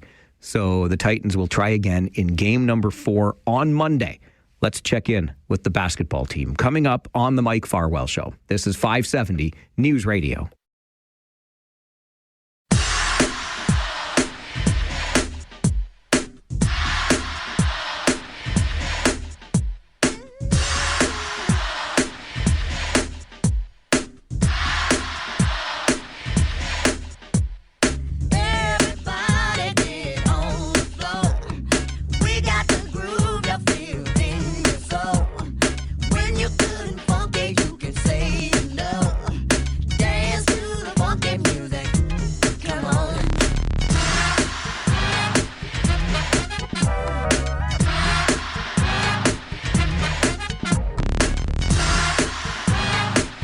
That is I Like Funky Music. Prince on this All Request Friday, celebrating the songs of Prince. Mikey wanted to hear that one. Farwell's Force member number 10 on your All Request Friday. Hey, we're only days away from Game 4 between the KW Titans and the Sudbury Five. It is the Basketball Super League Championship. And the Titans have a 2-1 series lead heading into that Game 4 on Monday night. Head coach of the Titans, Cliff Clinkscales, joins the show this morning. Good morning, Coach Cliff. Good morning, Mike. Thanks for having me. I really appreciate it. Always a pleasure to talk to you, my friend. David Schooley, the co-owner of the basketball club, joins us as well. David, good morning to you. Good morning, Mike. Coach Cliff, let me start with you. The Titans, your Titans, built up a 2-0 series lead here. Chance to close it out in a sweep, but what made the team successful to get that 2-0 series lead? We had some grit at home, playing with some togetherness and really hanging our hat on toughness on defense. Did that abandon you in Game 3 in Sudbury? How were the Five able to pick up that big win? Yeah, so one quarter they abandoned us. They exploded in the second quarter where we gave up 42 points. And in this league, that's way too many points. And for a team that's a three-point shooting team and a scoring team, you can't give them that much confidence playing at home. And they played desperate, and we didn't. And that was the difference in that game. David, I know you would have loved to have this closed out already, but hey, not everything can finish in the minimum number of games. What does it mean, though, David, to be in this position where you have the chance to bring the Basketball Super League title home to Kitchener? Yeah, it's very exciting for us, Mike. Season 9 for the Titans, right? And, we've had a great season so far. I'd really like to finish it out in Sudbury on Monday, but Game 5 is scheduled for Wednesday at 7 if we need it. I think Cliff and the crew think we're going to be able to finish things off on Monday, but Game 5 is there. The exciting part as well on Monday is we're going to have a watch party at the Edelweiss. So, Mike, if you don't have time to drive up to Sudbury to watch the game, you could pop over to the Edelweiss and catch it live. What a great place, a great venue, and I can already see all those Titans fans packed around Lorne's bar there on Homer Watson and Dune Village at the Edelweiss. It'll be a great time for sure, and the home team can give a little support from afar. You mentioned, David, 9 years with these Titans, and I know how hard you and Kate and the Hirani family, like everybody's been working so hard at building this brand, building a successful basketball club. What's that journey been like for you? It's been busy, right? Kate does all the heavy lifting. Cliff does all the heavy lifting on the team end. I get to go and go to games and make a little bit of noise. It's the only time. We're busy in the real estate business. That's what we're doing most of the time. It's been exciting, though, to see the team evolve and to see how Cliff is building a better organization and team every single year. And this year, I think we have 11 original starters. Is that right, Cliff? Like we have 11 people that we started with at the beginning of the season. Yes, sir. Yeah. That is pretty amazing to be at this point in the time in the season and still have the bulk of our team still here. And our team got spirit of the game. One of our players. Targus Ferguson got 6-man, right? Which, that's all Cliff's planning. I mean, we got 6-man of the year last year as well, right, Cliff, with D-Barnes? Yes, sir. Yeah. And Cliff pulled it off again, Coach of the Year. That's two. That's 2 for Cliff, and certainly deserved that. It was indisputable that he deserved Coach of the Year again this year. Coach Cliff, tell me a little more about that culture that David is talking about and what you're really trying to build here with this basketball club.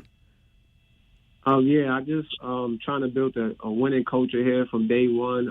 I said that's what I wanted to do. That's what I wanted to build each and every year, just have a winning mindset and a championship mindset. And that's not just when the season starts. That's just walking the walk and talking the talk every day. That starts in practice. That starts in film.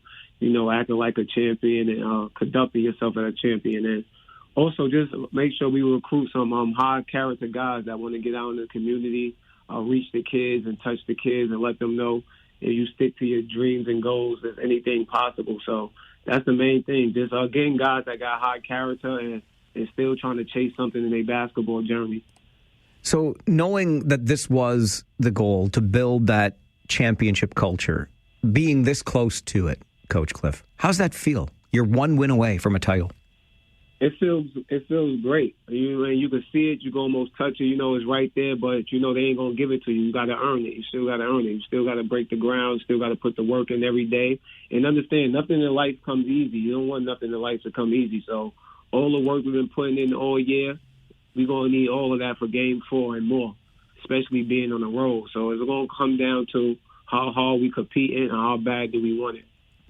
Really can't wait for Monday night's Game 4, hoping that the Titans can do it. If they can't do it on the road, they'll come back home next Wednesday and play Game 5. And you can catch Game 4 at a watch party at the Edelweiss on Monday night. David, how are you feeling? You know what? Cautiously optimistic. We're excited. Cliff often mentions playing with house money. What we mean by that is Sudbury played with nothing to lose, right? They came out of it hot, and we had a challenging second quarter. We won the third and fourth quarter, but we had a bit of a hole there, too big of a deficit to pull it back. We have two more opportunities to bring the championship home, and I'm pretty comfortable that when we look at the record of the club this year, it's exceptional, best record we've ever had, I was watching Shoresy last night, and I think we hate losing more than anything else. So I think that going into that mindset, Cliff always talks about the next 3 minutes and the next play, and that's what we're doing. We're moving on from last week, and we're going to move into Game 4 and bring it home for Kitchener. We're all pulling for you guys. Thanks so much for joining the show again this morning. Good luck on Monday night. Good. Thank you. Appreciate having us again, Mike. You got it, guys. David Schooley, the co-owner of your KW Titans. Cliff Clinkscales is the head coach. The Titans can win the Basketball Super League Championship with a win in Sudbury on Monday night. This is the Mike Farwell Show, 570 News Radio.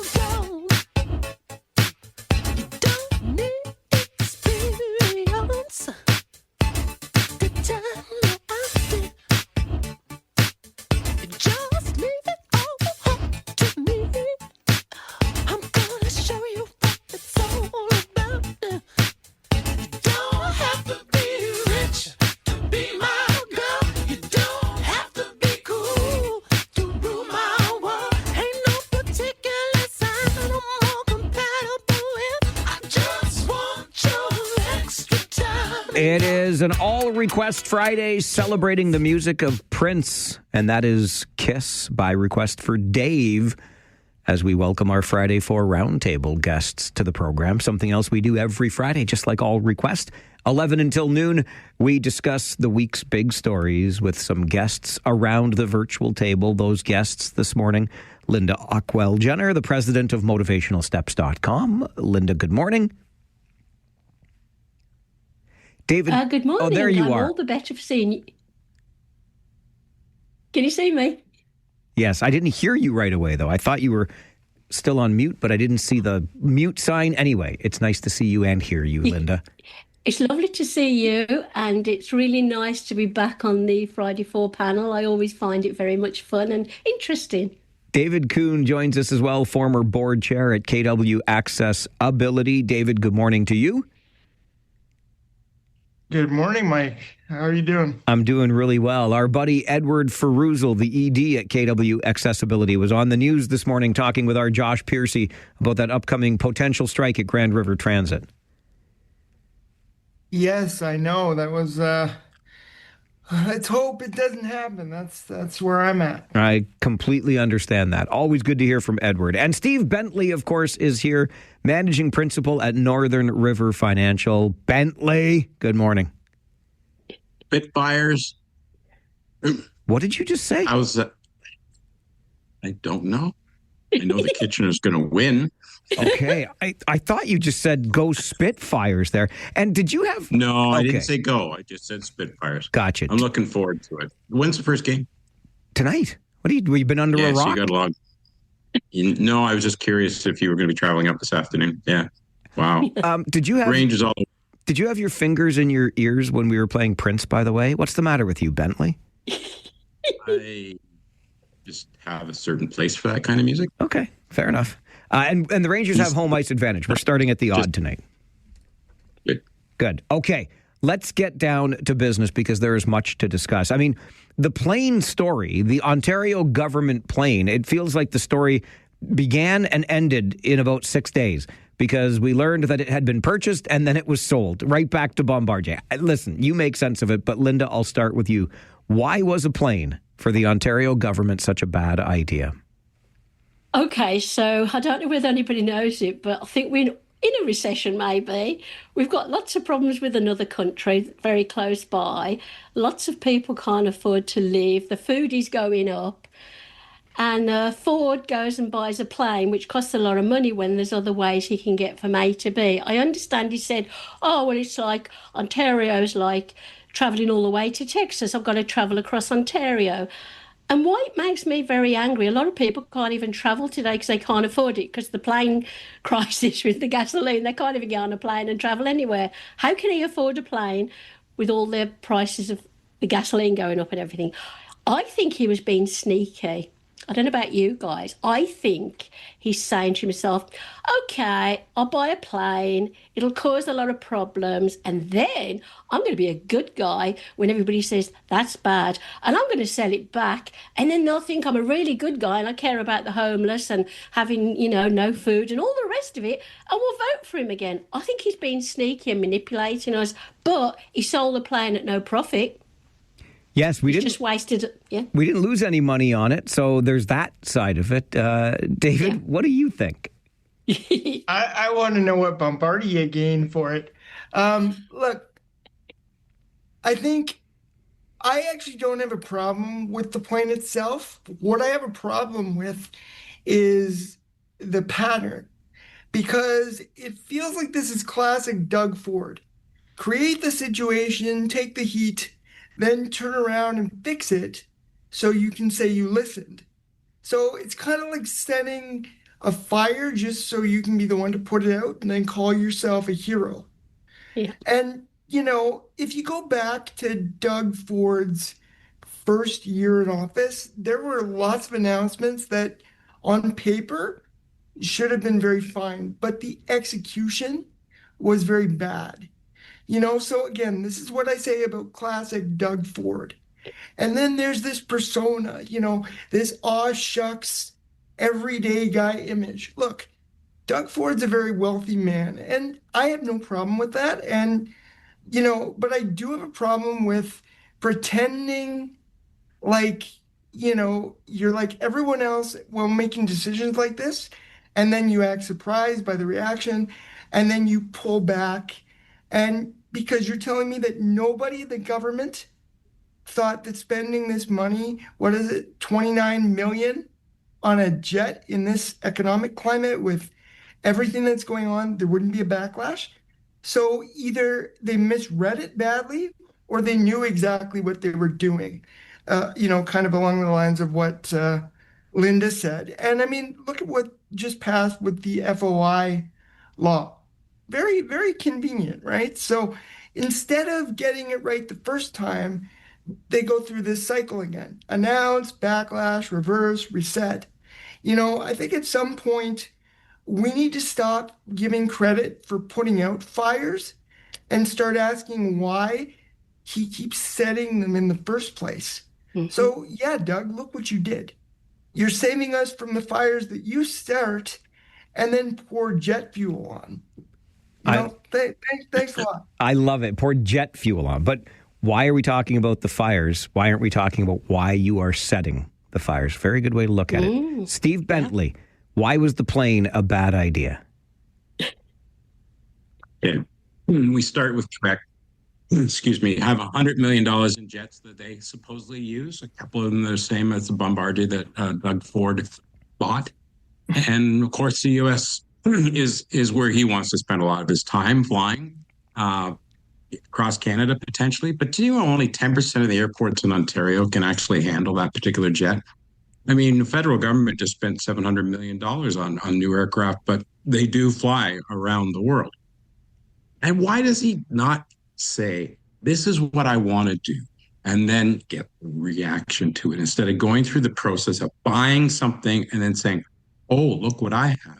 Hope you're happy with it. And of course we're not. I mean, Linda and David just ran out and said all the different things that people in our day and age have to think about in terms of our daily lives and think, oh, go ahead and buy a jet. He's going to argue, well, I need to get to places quicker. I can't rely on commercial traffic. That doesn't mean you'd go ahead and do that. And then what he does is what David just brought up with the Freedom of Information Omnibus bill that they put through late at night. Why are they doing that late at night? There's only one reason. They want to mitigate the number of people that are involved and get it passed. And he has the majority to do that. So no, it wasn't appropriate. Is there a business plan for this jet? I don't know. Did something get put forward to say, here's why it makes sense? No, it didn't. So it's just another example. I think he was trying to, I guess, go back a little bit and say he wanted to put a tunnel under the 401, maybe to park that jet in. I don't know if that's...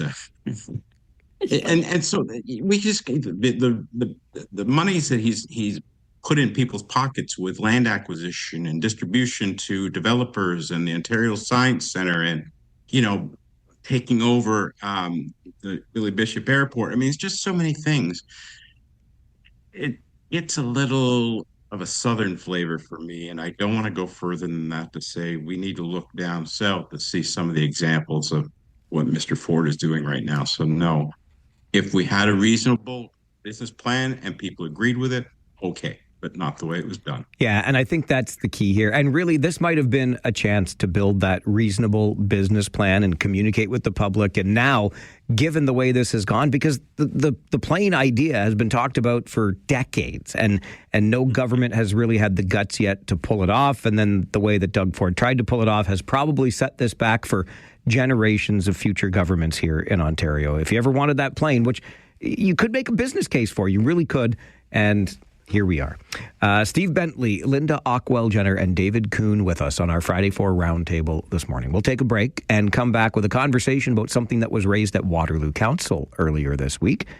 What about the idea of a deposit return system for non-alcoholic beverage containers? Has the time for such a program arrived here in Ontario? We'll talk about it as we wrap up Earth Week with our Friday 4 Roundtable on the Mike Farwell Show. This is 570 News Radio.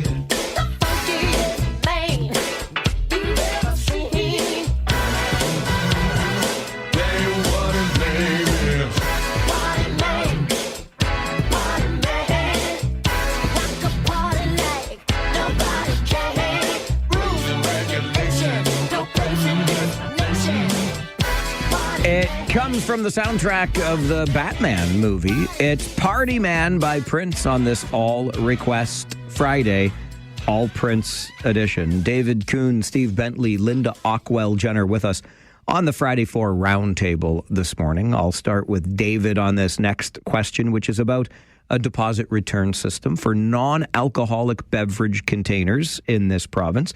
Councillor Julie Wright brought the idea forward by way of motion at Waterloo Council this week. It was adopted unanimously. All it really means is that the municipal council will advocate on behalf of the municipality to the province, because it's up to the province to do something like this. But David, what do you think of the idea? Has it reached its time here in Ontario? So I think in principle, I think it's a good idea. And I think we know how, people tend to respond to these incentives. We see it with alcoholic beverage containers, obviously. But what I question is, because as I said, we already have that system for alcoholic bottles. But I think it was a couple of years ago, they said there's something like 50 million in unclaimed deposits. So I'm just wondering, like, what if people are losing that much money, leaving that much money on the table with alcoholic beverage containers, are they going to is the same thing going to happen if the opposite is the case? And I know the argument for the alcoholic beverage containers is I think there's less places to drop them off, and fewer places accept them. But that's my real question with this. So it's not about the idea that should we recycle, should we not recycle? Of course we should. And of course people will if they have the means to do so. But I just question whether they are going to have the means to do that. I think you raised such a good point, David, because as we talk today about all of the affordability challenges, right, and how tight money is, yet we seem quite willing. I see it in blue boxes all the time. Deposit eligible bottles and cans just tossed away because I guess we decide that the 10 cents isn't worth our time to get them to a return depot. Steve Bentley, What say you? A return depot. That's an interesting question. I mean, I was reading an article this morning that said in Ontario, empty alcoholic beverage bottles are returned to Ontario beer stores about 80% of the time. And when I look at the overall recycling program that's in place now in our region and in other parts of Ontario, I think it's getting overly complicated for what people are to do with recyclable items. I'd love to see every bottle, every can returned. The incentive, let's say 10 cents a bottle, in today's society for most people, well, I mean, I look at that statistic and I say 80%. Okay, what happens when we get rid of the beer stores, right? Where are people taking the recyclables? That's the question I have. I mean, back to grocery stores, is that where it's going to go? Where people are buying, and the convenience stores where people are buying alcohol now in bottles. So I don't know that part of the program. I think that we should be in step with other parts of Canada and certainly other parts of the world to do our best to recycle. That said, with what's going on right now in the region with the new recycling programs and the wheelable bins and the process for loading trucks and the ones that are missed, and people have nowhere to store them if they're not living in a house with a garage, it just is getting a little messy. And I don't mean that in terms of stuff flying all over. I just think it's just getting complicated, I think, for a lot of people to really know what to do, how to do it. And yeah, of course, when you're asking anybody to do something like that, you try and make it as easy as possible. I'm continually having to ask my partner, does this go in dry garbage? Does this go in recycling? Does this go in the garbage? Does this go? And I'm thinking, oh, and of course, most people would say, well, who bother? Just throw it in whatever, right? And then, the process of recycling now is one where, it all goes into a location and it's got to get almost handpicked. It's expensive. And then I look to the cost of actually having recycling, and I don't know that it's paying for itself. And of course, with the change to a private system now, they're going to have to make a profit doing it. So I don't know, coming forward in a few years, going to have them come back and say, hey, we can't do this anymore because we're losing money doing it. So yes, I do. But I do think the overall program in general and the overall process in general really, really needs to have a serious look and serious overhaul and integration to try and make it so that people will want to follow it. I love that point too, Steve. And I think you speak for a lot of households. I know you speak for mine. I've taken great pride over the years in being an expert recycler, if you will. My beloved teases me all the time, but with the change now, and I'm like, oh yeah, toothpaste tubes are eligible for the recycling bin. Now I can't keep up, and I feel like I need to go back to recycling school, and it can be overwhelming. So it's a really good point there too. Linda, what do you think? Is it time for Ontario to adopt a deposit return system for non-alcoholic beverage containers? It's time for Ontario to get the act together and plan ahead and plan better. I've got to touch on the new recycling bins. They are massive, and they've kept giving us ideas what to do with our smaller ones. We are using 4 because we saw our neighbours doing it. We are using our old recycled blue bins and our new ones because they're only taken away every 2 weeks.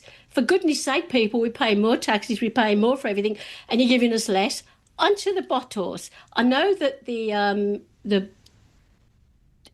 bottles that say, I like ginger beer. It comes in a bottle, unfortunately. It helps my voice. So they mount up in the garage, and I found out that if we want to, we can take them back to the beer store, but we don't get any money on them. Now, let's go back in years. I'm going to tell you how many years. But in England, a milkman would deliver a bottle of milk. And then you'd wash that bottle out, glass, and he would take it away.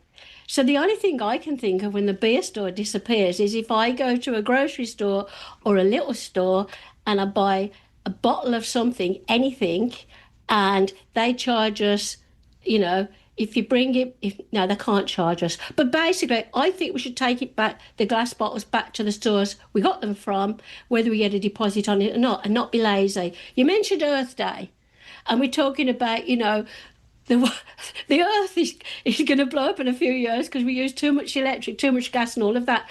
And you said a good thing, Mike. You said, people don't care about putting the right things in the blue bins. People don't care about anything today, I don't think, in this world. Nobody switches off the lights when it's Earth Day. Nobody cares to do the recycling right. And we've got governments, municipalities and people on our councils all arguing about what to do. Let's get our act together and start asking people like us. Whew, that's my rant. I like the door-to-door milk delivery analogy here, because you leave the bottle right there. How much easier could it get? So let's put another person in the recycling truck, and their job is to sort through all of your stuff and leave you the money right at the doorstep. How about that? I'm sure that would be incredibly efficient. You don't have to do anything. Linda Ockwell Jenner, David Kuhn, Steve Bentley with us on our Friday 4 roundtable this morning. We're going to get you an update from the 570 News Center. And then what kind of a stunt do you need to give the release date of your new album? I'm looking at you, Drake. We'll talk about that goofy thing. And speaking of goofy, how about an 89% increase to the honorarium you are paid to sit as the chair of a regional committee? We'll get the Friday 4's perspective on those stories coming up on the Mike Farwell Show. 570 News Radio.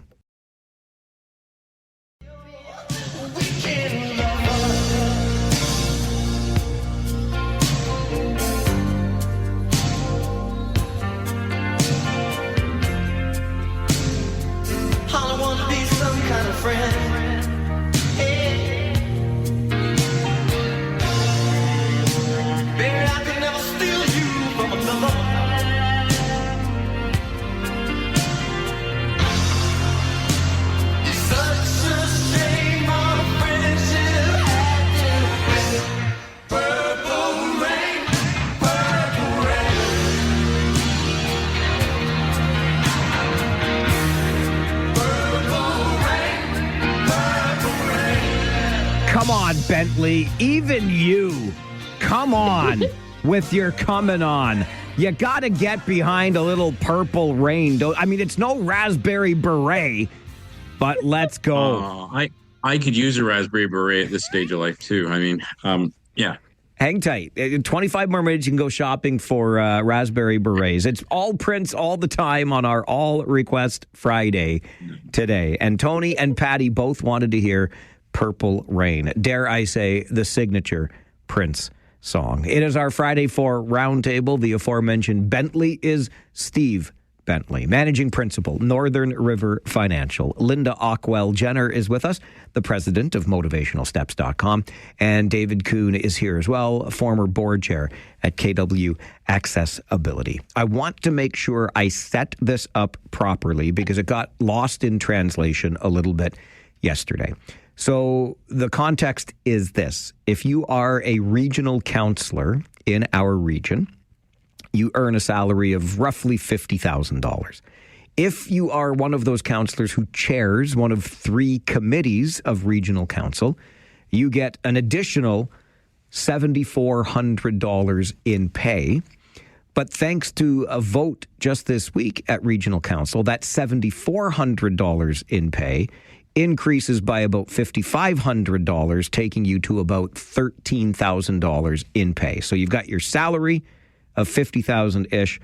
The honorarium goes from $7,400 to about $13,000, an increase of $5,500 or 89% on the money you earn as a committee chair. Steve Bentley, I will start with you on your thoughts about the 89% increase. Optics. You know, how many times do these kind of things come forward and all of a sudden we're blindsided and then we're shocked by a decision that's made and voted upon? I mean, where else can you go to be able to decide on your own compensation? This was not recommended in any of the citizen board or consultants that provided input to the change. At this point, you know, they're already getting some adjustments for cost of living. They've capped the actual increase per year to 3%. How many people would be able to go to their employer and know that they're going to get cost of living? So there's a start. And I was digging into what you just said, so thank you for doing that, because I was really trying to understand exactly where that was coming from in terms of the augmentation. So as you said, the increase to the chair is about $5,500 a year. So, but as somebody else labeled, it's a part-time job. Where can I get a part-time job being paid $60,000, right? They do a lot of work. They also elected into that role. And as you know, that what's wrong with public consultation when you want to do something? And unfortunately, I think what they look to is to say, well, that's just standard. You know, nobody's, you know, going to have an issue with that. And all of a sudden they have an issue. And council has had a few issues over the last couple of years in terms of disclosure of information. And people have been upset with land acquisition, with water issues, and here's another one, you know, so the optics just are not played right.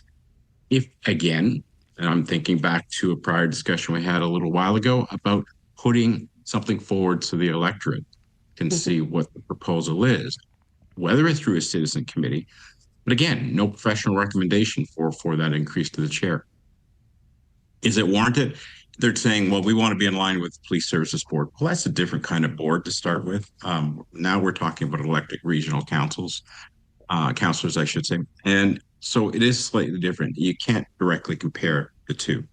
There's a different ask in both cases. But ultimately, we need to make sure that people are aware and not shocked by news coming forward like this. I mean, all of a sudden they say, this is what's happening, and we've already said yes. Now, doesn't it take effect until the next term? So there is an election coming up in October, so people have an ability to reflect on some of the things that have happened in respective council over the last couple of years and make the changes that they see fit in terms of how they feel people should be elected. Here's the other thing. The other thing that's coming down is we don't know what's going to be happening with some of these regional councils going forward. I mean, Mr. Ford's got his finger in the pudding again, and he wants to stir things up. He wants to do it with the conservation authorities, and he also wants to do it with some regional councils and have the ability to pick the regional chair? No. And so this is just a big quagmire right now. So I just think that it should have been a little more upfront. This is what we'd like to do, and then sort of get the perspective and then move forward based on the reaction. And of course, I think we know what the response would have been had the public been consulted here. But I think your point on optics is a very good one here, Steve. Linda, what do you think of it? Well, I'm sad, actually, very, very sad, because first of all, I know they do a great job. Let me say that. I respect them all. They do a great job. But everything Steve said, I'm not going to repeat. You heard what Steve said. I agree with everything Steve said. So the one thing that really got to me, what Steve said, was who can get it's a part-time job. And I think you said, Steve, they get about $5,500 pay. Is that correct? Did I get that wrong? No. Close to $60,000 with it. $60,000 with what was just voted in. Okay, and that's for the part-time job. Yeah, as chair. Yeah, okay, that's chair. So basically, I'm really, really sad because one of my sons works at CMHA, Canadian Mental Health Association. He's been there for 10 years, and they cannot afford to give him 5 days a week because they haven't got the budget. So every now and then, he'll get the 5 days a week for 6 months, then he goes down to 3 days, and he has to get a part-time job. But not a part-time job that pays that much. And he has to pay his mortgage. So something's a bit skewy here, isn't it? Why can't we have more money for the things that help with our health? And secondly, why can't the councillors ask us what we think, first of all? Because, as I say, everything's going up in price. Everything's happening I know they said they were going to change the garbage and all of that, but I don't remember whether they were asked about that. So I'm getting really annoyed as a Canadian citizen living in Canada for over 30 years that we're not being asked about things. The living here is getting worse. And if counsellors can earn more than somebody working at the CMHA helping with mental health, there's something desperately wrong. And again, I will stress, I love the councillors, they're doing a great job. And if Ford dares to interfere and put somebody in the place, a chair, that he thinks can be his, wind-up dollar or something, I shall have a word with Ford. All right, from Linda over to David Kuhn. What do you make of the 89% increase for committee chairs? So, from my perspective, I think there are a couple things going on here. First off, I'll just say I don't have a problem with politicians getting paid for the work that they do. It's often a very thankless job. People see the votes, they see the headlines, but they don't see the hours, the marathon meetings that turn part-time jobs into not part-time jobs. So, and they also don't see the abuse that gets directed at a lot of politicians. And I mean real abuse. Stuff that I can't even say on the radio for fear of getting Mike canceled. So we don't want to do that. But there's some pretty nasty stuff that people, yes, they're elected, but anybody else doing a job would not be expected to put up with some of the stuff that these folks do. That being said, and politicians still have to read the room because we're in a moment. Again, this has come up already today. We're focused on affordability. So looking at property taxes, cost of living, all that. And when you're in that kind of environment, governments at any level, I would think, from my perspective, should try to be a bit more restrained and understanding. And I say that as somebody who works in government relations. And one of the things I tell people that I work with is to temper expectations around budget time and election cycles, because governments typically, are mindful of how certain things look to voters. And that's where this in particular feels really off to me. And it really doesn't help when you've got the province and Doug Ford looking at, appointing the regional chair. So doing stuff like this, not only is it tone deaf to the voters, but it's also failing to acknowledge that the province is already looking at you. Why are you going to give them more of a reason to step in? So again, I think we should pay politicians for the work that they do, but I would say in this area, it's more structural. I would like to see less politicians and maybe pay them a little more, because we have too many politicians. And I think that's something we need to look at. So, and I know the A word, amalgamation, a lot of people have strong feelings on that, but I think that will solve a lot of these questions too. I've got strong feelings. Can I just jump in? Sure. Can I just jump in? Steve? Really sorry. The point we're making, though, and I agree with everything you guys are saying, is these people want to do this job. They want to be elected.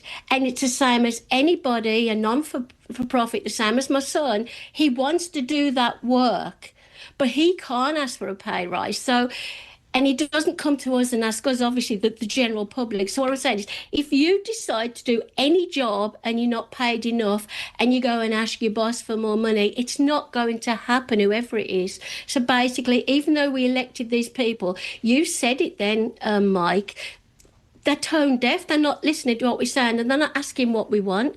So yes, they work hard, they should be paid, but they should ask us if, money should be paid elsewhere first and foremost. Does that sound rude, Mike? I mean, am I making a good point? No, I think you're absolutely right. And you knew what the money was coming in, and you still ran for the position. And we had a call earlier today from Rory, and I think he nailed it, because to David's point, I don't think any of us begrudge people being paid and even paid well for the job that they do. We never see the countless behind the scenes hours. So we can call this a part-time job all we want. It's a 3/4 job at minimum, if not more, not to say anything about all of the other things they deal with. Nobody's going to begrudge that. Rory's suggestion was just tie increases to inflation, period. So every year, your salary as an elected official can go up with inflation. I don't think anybody would complain about that. And I don't know why we're not doing it. Speaking of amalgamation and strong feelings, I have strong feelings on that. The sooner, the better.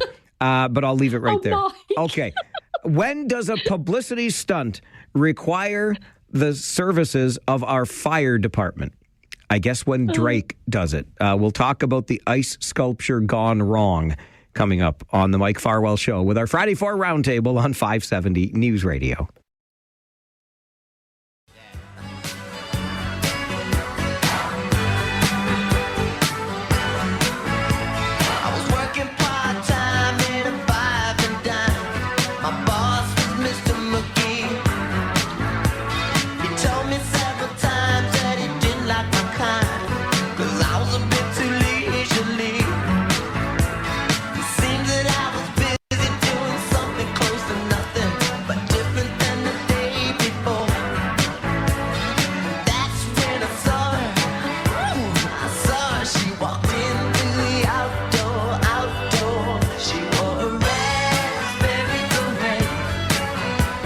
Timing is everything.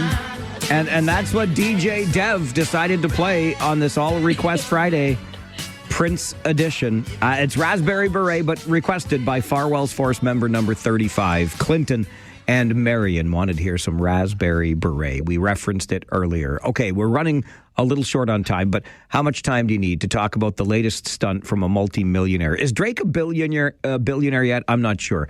But he's got a new album coming out, you see. And in order to build anticipation for said album and its release date, Drake took it upon himself to essentially take over an empty lot in downtown Kitchener and build an ice sculpture there. Within that ice sculpture was the release date. And I guess the idea was for the ice sculpture to melt and the release date to be revealed. What could possibly go wrong?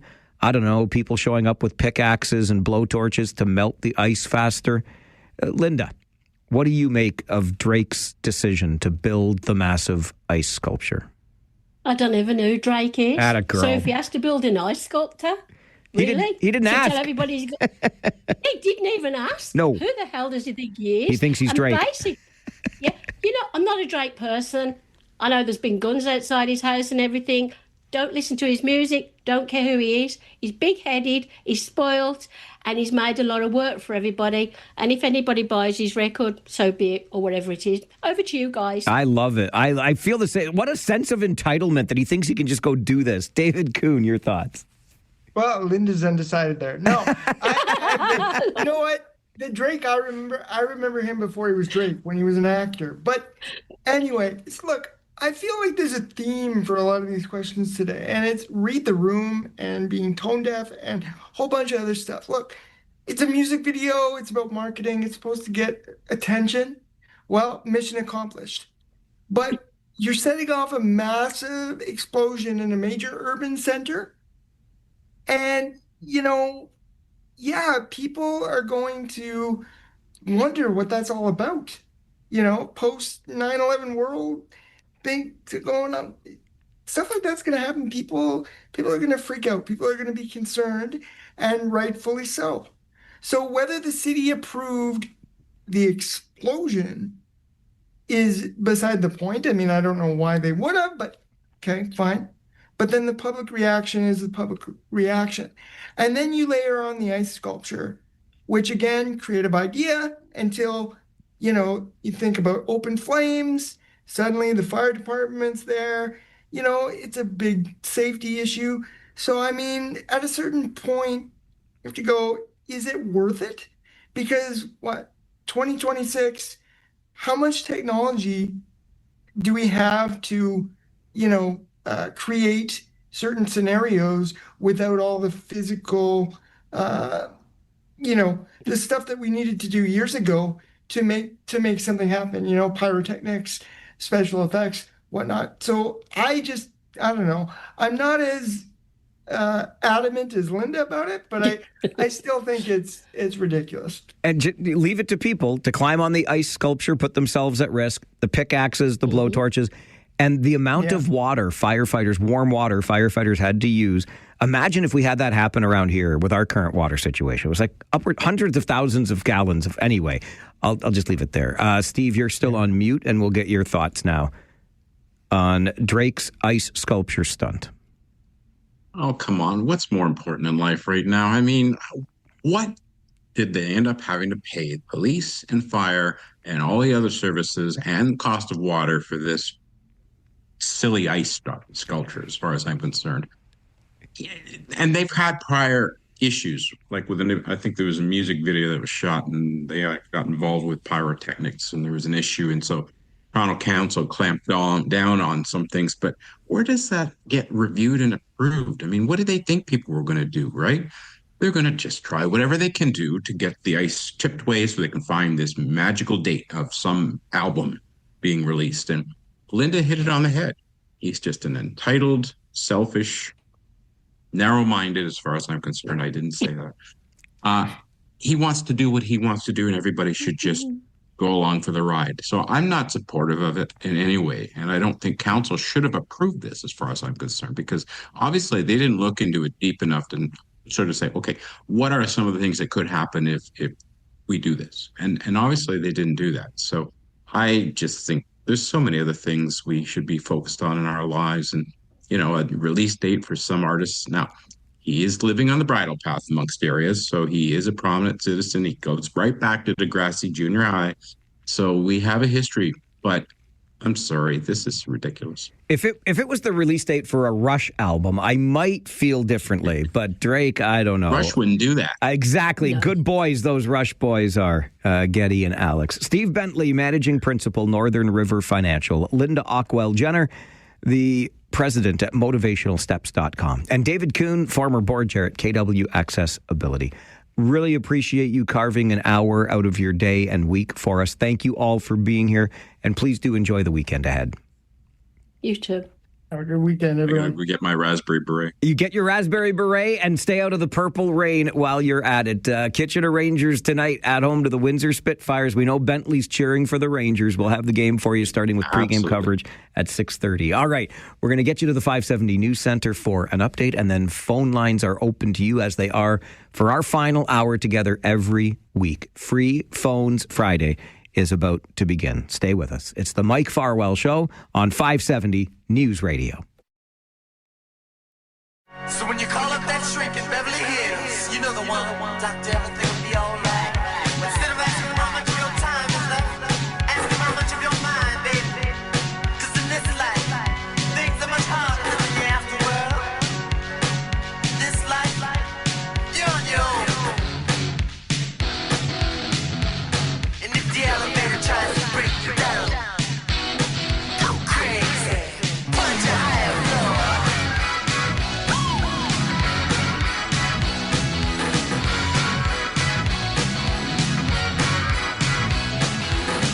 Don't lie, the world you're living in.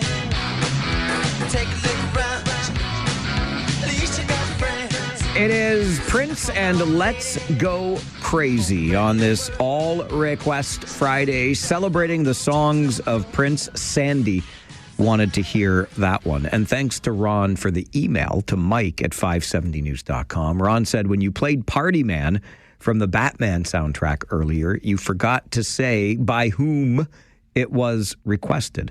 And Ron was one of those requesters. I'm sorry about that, Ron. I did forget to say that. Reed was the other who wanted to hear Party Man earlier today. Well, you send in your request, they get played through the show at random times. But Reed and Ron, apparently only people whose names begin with the letter R, requested Party Man by Prince from the Batman soundtrack. So there you go. Along with Sandy's Let's Go Crazy request to open our final hour together of the week. What? How? Already? Here we are. It's our last chance to have a conversation until next Tuesday. What? Travel day Monday. I'm sorry, kids. I can't make it all work on Monday as we get to Windsor for Game 3. By Monday night, it's going to be Game 3 already of the Rangers Spitfires playoff series. It starts tonight. That's what we're focused on. But just as I was saying, this is our last time to have a conversation until Not Monday, but Tuesday, when we'll be back together on the show, and I'll be working from the remote offices in Windsor. So please, let's take full advantage of Free Phones Friday again today. 519-570-2545, star 570, and 1-800-570-5715. Also wanted to share this email from Chris to Mike at 570news.com. He says, Mike, that was poetic this morning. I was listening in the work truck on the way to work as always, and decided to get the broadcast on the phone as I was reaching the edge of coverage down Highway 6 at Highway 5 into Hamilton. And wouldn't you know, I heard a certain snippet of a song. I also really didn't get into Prince as a youth. I was born in the early 1970s, but my father played it quite a bit. I did, however, develop an appreciation for his generational talent and depth of skills over the years. Thanks for the trip down memory lane. Chris, I'm with you. I felt the same. That's why I shared that same story. And wouldn't you know that we started the show with the song that Chris had wanted to hear. What did we start with today? It wasn't When Doves Cry. It wasn't Raspberry Beret. Little Red Corvette. That was the one. Dev comes through for me. You didn't hear him. Dev just told it in my ears. That's like my secret power. Oh, Farwell, you always know the answer to this, the answer to that. You say the right thing. That's because Dev is telling me what to say. I'm like the dummy, and Dev is like the ventriloquist. He's got his hand up my back, and he just manipulates me in whatever way to make me sound as coherent and intelligent as possible. Guy's got a lot of work to do. Little Red Corvette was Chris's request. Appreciate the email, Chris, which ends with Go Rangers. Oh, yeah, baby. Game day. Playoff game day. All right. Free Phones Friday is always a busy affair, so let's get right down to it. To the phone lines we go. Remember, if you don't get through on one of the lines, try one of the others. They'll ring through for you. So star 570 is not working. Try 519-570-2545. And if that's not working, sneak in that back door at 1-800-570-5715. Nate, Farwell's Force member number 8. Good afternoon. Good day, Mike. I just want to say how much I really appreciate the show today, all the Prince songs. I was a Prince fan from when Purple Rain came out, so that's like 84. I'm almost the same age as you. And it was really unfortunate that, a lot of people that liked Prince couldn't really, at high school or whatever, say, hey, I like Prince, because you'd get labeled as, whatever. Let's just say there was a lot of Bentleys around back then. But I noticed after Prince is amazing, still in my opinion, his Super Bowl halftime show was outstanding. And I think a lot of people, that's where they started to change their mind on Prince. And, it's unfortunate that he passed away so soon. And as far as my request goes, I'm sorry. I apologize to Devin. I forgot there was a swear in there because I'm used to the radio edit. One swear? Yeah, I think there's only one swear. You mean the same word comes up multiple times? There's not only one swear, trust me. Well, the one word is... Okay. It was funk. It was F-U-N-K in the radio edit. So I apologize for that. I should have went with Sign of the Times because my name is in it. Well, it's too late for that now, isn't it? Yeah, I know. Oh, well. Anyway, go Rangers, go. Thanks, Nate. Nate made it very difficult on the editors here at the station to ensure compliance with regulations, but we managed to get through Erotic City. I did not know. I said this earlier, too. I did not know because I began to appreciate Prince's musicianship later in life. It's still not really my cup of tea, so I don't listen to a lot of Prince, obviously. I was a little bit taken aback, in case you were wondering, with some of the lyrics to some of the songs that have been requested today. But, hey, we're here celebrating the music of Prince because it was 10 years ago this week that we lost Prince. Far too young at 57.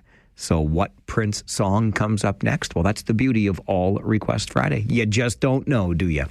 Grant is next on Free Phones Friday. Good afternoon, Grant. Good afternoon, Mr. Mikey. Let's touch on 4 things. Oh, my goodness, 4. Okay. It'll be fast. I don't think it's a big deal with Drake and that ice sculpture. I think it was stupid. but okay, All that's right. oh, yeah, it's dumb. Okay, what's the next one? And the 89% hike increase. So is that the Kitchener City Council chair? I don't know who. This is the problem, Grant. We have way too many levels of government and way too many people in way too many seats. So bear with me. I'm going to tell you the names of every one of those regional councillors that voted for the 89% increase to what is paid to a committee chair. Regional chair, Karen Redmond. Councillors. Oh. Wait, I'm not. There's a long list, Grant. Hang on. Yeah, It starts with Chair Redmond. Then Councillor Colleen James, Councillor Matt Rodriguez, Councillor Doug Craig, Councillor Jan Liggett, Councillor Sandy Shantz, Councillor Joe Gowing, Councillor Dorothy McCabe, Councillor Pam Wolf, Councillor Chantel Hewning, Councillor Joe Nowak. To each of those councillors, I will say again, it's not too late to change your mind. New motion next week. Let's take that 89% increase off the table. Oh, yeah. So is that regional council that you would have to? Yes, that's who you should complain to. Well, then I want to go on a Zoom meeting and say no. All right. Well, you can do that, Grant. That's your right as a citizen. Let's see if you can get that meeting arranged. Yeah. In fairness, Councillor Colleen James called the show yesterday and defended the increase, but called up to. I was fired up. I was ranting and raving a little bit, and she called up to say, "Listen, you got to understand, it's only $5,500. It's a very small part of the overall budget, and it brings us in line with people who sit on the police board." So there you go. That's the argument in favor of the increase. Yeah, I get a good swat in the back of the head. Okay, let's not get like that. Stop it. Don't be like that. No, hands are for hugging. They're not for fighting. No, dang. Okay. Ding, ding, dong. Okay. Well, you got two more things you said you wanted to talk about. Yeah, and I thought the what is it? Kitchener Transit. Were they not already on strike? Yeah, the last contract. Now this one's coming up, and there's a possibility of a strike. I love how you said Kitchener Transit, because that's old school. It's Grand River Transit now, but there may be a strike next week. We'll keep our eyes on it. Okay. Okay.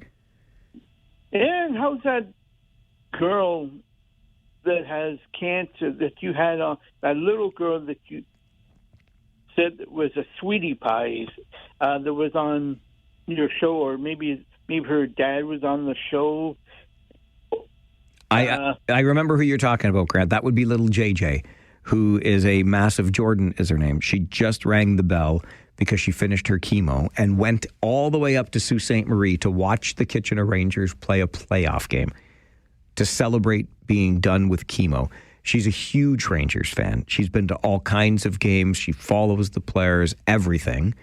And when she was in the Sioux for that game, holding up a sign saying, "I drove 781 kilometers to celebrate being done with chemo," the Rangers staff noticed her with the sign and had her come into the dressing room to read the lineup before Game 3. How awesome is that? And then we had little JJ on our next broadcast. Great story. Love that the Rangers are rallying around this young girl.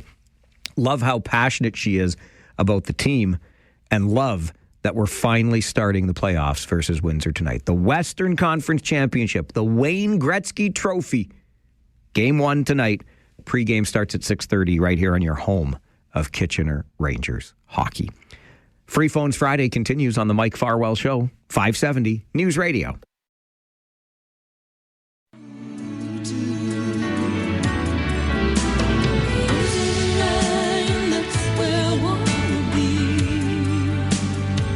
You've been gone, I've been searching for a lover in the sea of tranquility. Drowning without you here, my dear. Orion's heart is bright enough to shine on both of us. The constellations never fail, like the river love.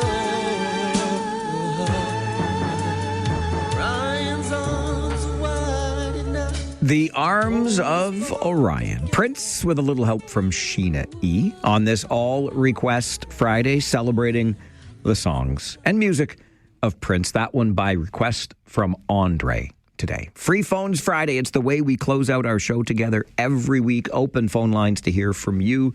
And Chris is with us. Good afternoon, Chris. Number 181 here, Mike. Attaboy. Farwell's Force member in good standing. Welcome back. So, listen, I've been thinking about this a lot with this counselor, how they got the 89% hike. Yep. Well, what if we just voted a mayor and replaced him with AI? I'm not so sure about that, Chris. Why not? Because I hate AI. Well, you know what? What? It's free. Well, right? Yeah, you sure. Have to pay them. Yeah. And it'd be smarter, too. Wow. I don't know about that. Oh, yeah. If you ask them a question, they instantly they would figure it out. Hey, let's fix the roads. And they would know. Are you sure about that? Well, but I think, Yeah, what if the AI lies to you? Oh, wait a minute. No, Politicians no, lie to you anyway. They're not programmed to lie. Okay. Yeah. Politicians are liars. That's okay. That's a joke. That's a joke. They're not biased. They're not biased, too. All right. Right? Yeah. Think about that. Okay. Something to think about. Okay, Mike? All right, Chris. Have a good day. You too. Thanks for the call. Farwell's Force member number 181 says, you know what? Let's be done with these elections. Let's just have AI run everything for us. I'm not in favor. I just want to make that clear. I am not in favor of that. Mike, you're next on Free Phones Friday. Good afternoon. Hello, Mike. Oh, hi. Good afternoon. Just about missed you there. Just wanted to touch on your coverage of the Kitchener Rangers. I'm a longtime Brantford fan. Whoa, wait. How did you get through my phone lines? I snuck through. I snuck through them. First time caller. Welcome aboard, buddy. Love your show. I work in Kitchener. I live in Brantford, but I've been working in Kitchener for several years now. So I love your show. Never get a chance to call in, but today I did. But I've meant to call in before. I just wanted to touch on your coverage of the Rangers. I've been to a few games, the Rangers, and the fans are second to none. Your coverage is second to none. And, if Brantford didn't have a team, then I would be a Kitchener fan. But Kitchener second, Brantford first. And just wondering what your thoughts are on a possible final. Well, I love that you rep the home team like you do, Mike. And you guys got not only a great team, like a great team there, but, man, when you get into that – what do they call it? The madhouse on, it's crazy in that Civic Arena. Well done by you Brantford fans as well. It is. We have such a small arena. We pack it up pretty good. It's loud. It's a small arena, so it's low roof, but we're working on the new arena. So can't wait for that to happen and see what happens from there. As for a possible final, I try not to get too far ahead of myself, even as a broadcaster who has no impact on anything. But I cannot tell a lie, Michael. It sounds pretty tantalizing, doesn't it? Kitchener versus their former coach and the Brantford Bulldogs. That would be a wicked OHL final. Well, that's what I'm hoping for. That's a long ways away. We're up 1-0. It was a tough game. Barry gave us a fight, and we came back and we got that game winner with about 2 minutes left in the game. So, well, hopefully we can do it. But, every series, and you always hope that you win every game. So, let's just say Brantford wins 4, Kitchener wins 4. That's not going to happen, but to save the argument of how we got there, what's your thoughts on a final? Yeah, I think, you know what? If that happens, it's a short trip, and you're welcome to come to a game in Kitchener anytime during the OHL final. Yeah, I've been there. The fans there, they're great. I have to say, you put 6,000 or 7,000 fans in that building, it's twice as loud as Brantford. The team gets going, they get on a comeback, the fans get going. It's just a great atmosphere. I was there for the first game of the season. We were up 3-0 going into the third period. We didn't field a team that all the regulars were out at camps and whatnot, and same with Kitchener. But as soon as Kitchener started that comeback in the third period, and then they won it in overtime. That crowd was just unbelievable. You couldn't hear yourself thinking there. Well, it should be great for the rest of the playoffs, too. Yeah. Mike, it's great to hear from you today. Thank you very much for the kind words, and good luck to your Bulldogs. Okay, and you too. And hopefully we'll see you in the final. I would love that. Look forward to it. Thanks, Mike. Have a good day. You too. Take good care. I love it. Hey, we're all junior hockey fans. That's what matters at the end of the day. Brantford is up 1-0 in their series with Barrie. They play Game 2 tonight as we get Game 1 of the Western Conference Final going versus the Windsor Spitfires here in Kitchener. And right here on your home of Kitchener Rangers hockey, 570 News Radio. Pre-game coverage gets underway at 6:30. Ain't no one giving you 30 minutes of pre-game coverage in this league except us. It's what we do here on your home of Kitchener Rangers hockey. Ernie is next on Free Phones Friday. Hello, Ernie. Hey, Mikey, I got, hey, you want to say hi?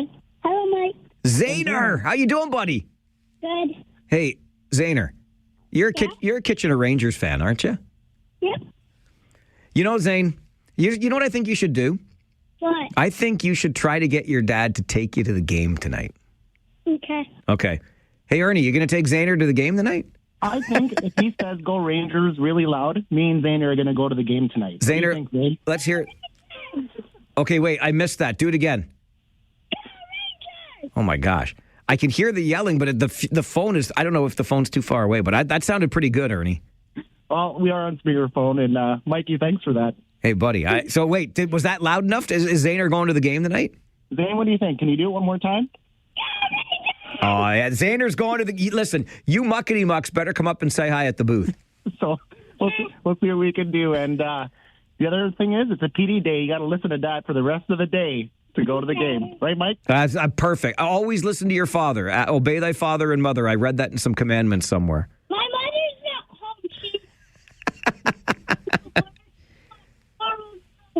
home. It's a boys' weekend. 2 feet and a heartbeat, right, Zane? All right. Thanks, Mikey. All right, Ernie. Good to hear from you. Look, couple of muckety mucks headed to the game tonight. You can be a muckety muck. Just behave yourself when you're there, okay? Rangers, Spitfires, Ernie, Zane, you, me, and if you can't be there, we got you covered right here, starting with your Harris Law pregame show at 6:30. Free Phones Friday continues right after this update from the 570 News Center on the Mike Farwell Show. 570 News Radio.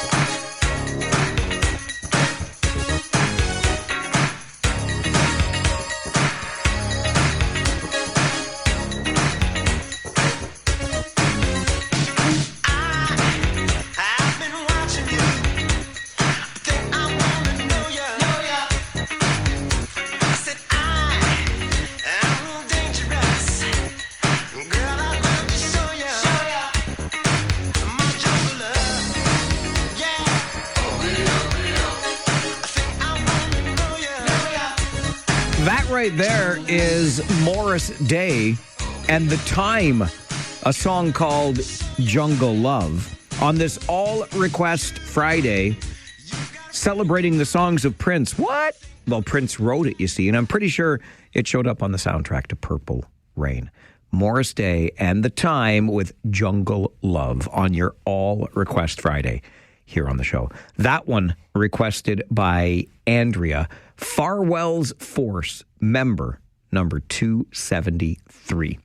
Andrea, thank you for being a Farwell's Force member in good standing. Thank you for the request. I got to say, just as a quick aside, I'm getting right back to the phones because they're busy. Free Phones Friday is always busy. I love it. But I am pleasantly surprised at the pleasantness of the weather outside my studio window today. I was under the impression we were going to see a lot of rain.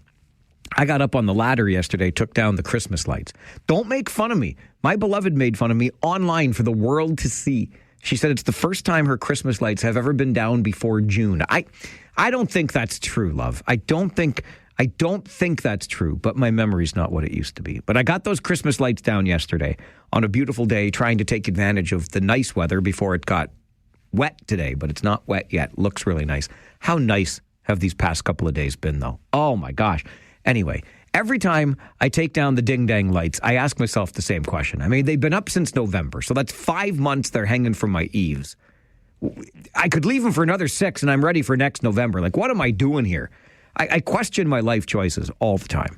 They are much easier to take down, though, than they are to put up in November. And the weather yesterday was so nice. All right, back to the phones. Free Phones Friday to our buddy Preston Paul, another Farwell's Force member, number 45. Afternoon, buddy. Good afternoon, Grand Poobah. How you doing? I'm great. How are you? Pretty good. It's a little windy and chilly out here. It's only like 10 degrees, maybe. Yeah, it's not like yesterday or the day before, eh? Oh, yesterday and the day before was so beautiful. Had the first backyard fire last night, sitting out here. It was just perfect out, I'll tell you, Mike. I love it, buddy. I love it for you. I love it for... We need this stuff. We need it. Yeah. And if you're not $1 million question, I didn't guess it. But any of my sheets put away, I just wrinkle them right up and just throw them in the drawer. I don't even try and get them together, you know? Yeah, what's the point, eh? Wait, we got better things to do with your time than fold fitted sheets. That's right. I wouldn't make any money off of that, that's for sure. But anyways, you have yourself a great night, and go Rangers, go. I love to hear it, buddy. Thank you, Paul. Go Rangers, go. We're saying this on April the 24th. You realize that, right? April the 24th. As head coach Jussi Ahokas told us earlier today on the Coaches Show, it's the best time of year to be playing hockey. The weather's nice. The sun is shining. There's nothing better than this, except maybe winning the Wayne Gretzky Trophy. I mean, that's what we're starting the series for tonight. Go Rangers, go. If you didn't understand the reference to our not $1 million question, it's something we do to have some fun at the beginning of the show on Fridays. I ask you a goofy question. We see if you can come up with the answer. We stumped you today, but the question was, the average person takes 6 tries before successfully doing this. What is that thing? It takes us 6 tries before successfully doing folding a fitted sheet. I call shenanigans on that. Nobody folds a fitted sheet. You do with the fitted sheet what Paul says you do with the fitted sheet. You just crumple it up and throw it away. Fitted sheets. Who came up with fitted sheets anyway? Goofiness. Kyle, another Farwell's Force member. Number 6, not 5.5, because 5.5 is higher and better than 6. But Kyle is here, number 6. Hi. Hi. Maybe when I get older, I could shrink down a little bit because, as they say, you get older, you kind of get a little bit shorter. So, what are you trying to say? You calling me short? Well, I'm short, too. Okay. Don't worry. It doesn't run in my family. Hey, is there something about a game tonight? Is there a game tonight? Oh, there's a game tonight, baby. There's a game. Mike, let's go Rangers! Let's go Rangers! Wow! Come on, baby! Game night tonight! I can't wait to go! Let's go Rangers! Wow! Thanks, Mike! Thank you, Kyle. See, I could only give the best I could here in the studio with my contributions to Kyle's yelling. I got to save something for game time, which is, of course, tonight. Pre-game coverage starts at 6:30 right here on your home of Kitchener Rangers hockey. Dylan is with us on Free Phones Friday. Good afternoon, Dylan. Hey, good afternoon, Mike. I don't know much about the roles and responsibilities of these regional counselors. I'm just curious if you have a rough idea, like, how much work goes into that chair position, like hours per week? It's a great question. And when Councillor Colleen James, who brought forward the motion to get the 89% increase, called in yesterday, she talked about meetings that start at 7:30 in the morning as one thing. The overall number of hours, I couldn't say with any certainty. However, the committees don't run as long as the full council meetings. I can promise you that. And I know also from being on volunteer boards, chair or otherwise, yes, there's responsibility being a chair, but the staff behind the scenes does all of the heavy lifting. You have to review things and make sure your meeting is in order, but I don't know the exact number of hours, though. Could we say, like, would 7.5 hours a week be fair? I think that would be very fair. Yep. You trying to do some mental gymnastics here? Yeah, if we're $13,000 is their total package. If you've got 7.5 hours a week times 50 weeks, because they're going to take a couple weeks off, right? For sure. So what are we at? We're at 375 hours a year. So we got $13,000 divided by 375. You're under $35 an hour. Do you know that minimum wage today is it's like 17 or 18 bucks? Now, here's a regional counselor, making decisions that's going to affect us today and into the future. I don't think $35 an hour is a crazy amount of money. I would think that all of these people are smart enough to know that when you hear 89%, everyone's going to flip out. It seems to me like maybe they were woefully underpaid for a long, long time. Because, like I said, $35 an hour, someone that's making decisions that's going to affect my community for years to come, doesn't sound outrageous. Okay, so let me ask you. Let me put it to you this way. That's just for being the chair of the committee. Correct. Okay, so on top of your counselor salary, now you're about $63,000 annually. Right. But Okay. I was just looking at the $13,000 that they get paid to be a chair. To be a chair, Yeah. and that they're spending 7.5 hours a week on average being a chair. It's not a crazy amount of money. Okay, so to your point on minimum wage, 18-ish bucks an hour. So it's about double if you are a chair of a committee. And I get it. Some people are committee chairs. Some people are minimum wage workers, right? Right. But in today's, do you think that minimum wage worker who puts in more than 7.5 hours a week, do you think that minimum wage worker is working hard? Oh, absolutely. Okay. But that's the way it works. When you're young and you start, you work hard for less. You'll find that, a CEO, while he makes the most money, does the least amount of work. He's paid for very few, very important decisions. He's paid for results. Absolutely. So then I would also then come back to your analysis and ask you about the results you've received from regional council in the past year. How's that water system working out for you, Dylan? How are those tax increases working out for you? I'm just okay. That's why I asked you how much they work. I don't know much about regional council, what they do, and I was just kind of doing the math on the the per hour rate. Like 89%, when you hear that, yeah, it smacks you in the face. I wanted to figure out what that works out on a per hour basis. There's a lot of people, I work in the trades, $35 an hour isn't worth getting out of bed for. I don't disagree. So some people are regional counselors, some people are working in the trades, some people are working for minimum wage. I just think that today... And let's take your analogy backwards. Prior to this 89% raise, they were making less than minimum wage. But again, you're looking at it, though, this is just to be the chair of a committee, Dylan. You still have your full salary before that. So I think we're doing kind of apples and grapefruits here. Well, again, that's why I started the whole conversation with how many hours per week does this chair position involve? And so I could also then say, if you don't think being a chair is financially lucrative enough, don't be a chair. Yeah, then the person, like, again, not a huge political person, but I know the name Karen Redmond. She's been around since I was a kid. I've heard nothing but great things about her. So using that thinking of don't be a chairperson, then we're going to get bums. Well, no, but now you're talking about something completely different, because the regional chair, the chair of the region, makes about $180,000 a year. I'm talking about the chair of a committee that gets us, well, now it's they were getting $7,400 extra to be the chair of the committee. If you don't like that, don't be the chair of the committee.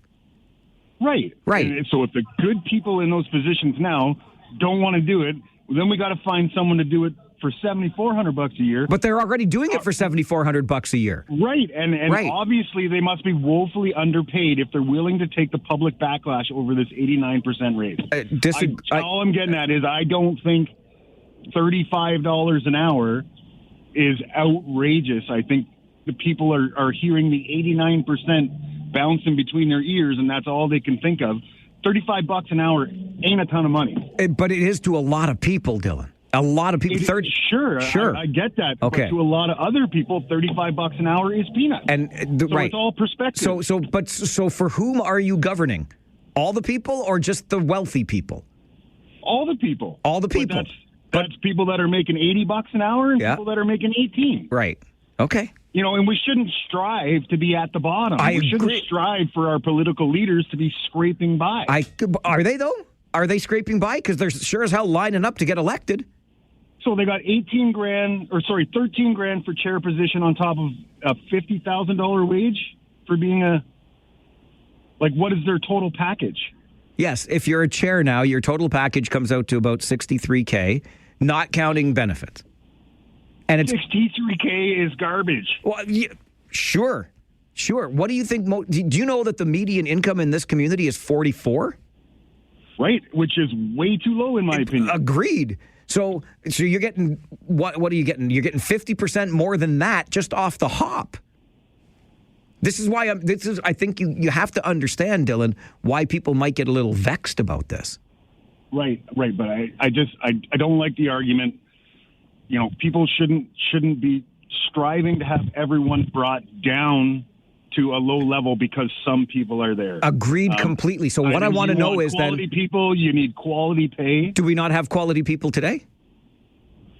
We do. Okay, and they ran, but they ran for the salary they're getting. So they're either quality or they're not. Does this raise kick in now or next term? Next term. So they're fighting for the next people. They're fighting for themselves. I'm not going to buy that ever because we know that in local politics, it's the same crew election after election.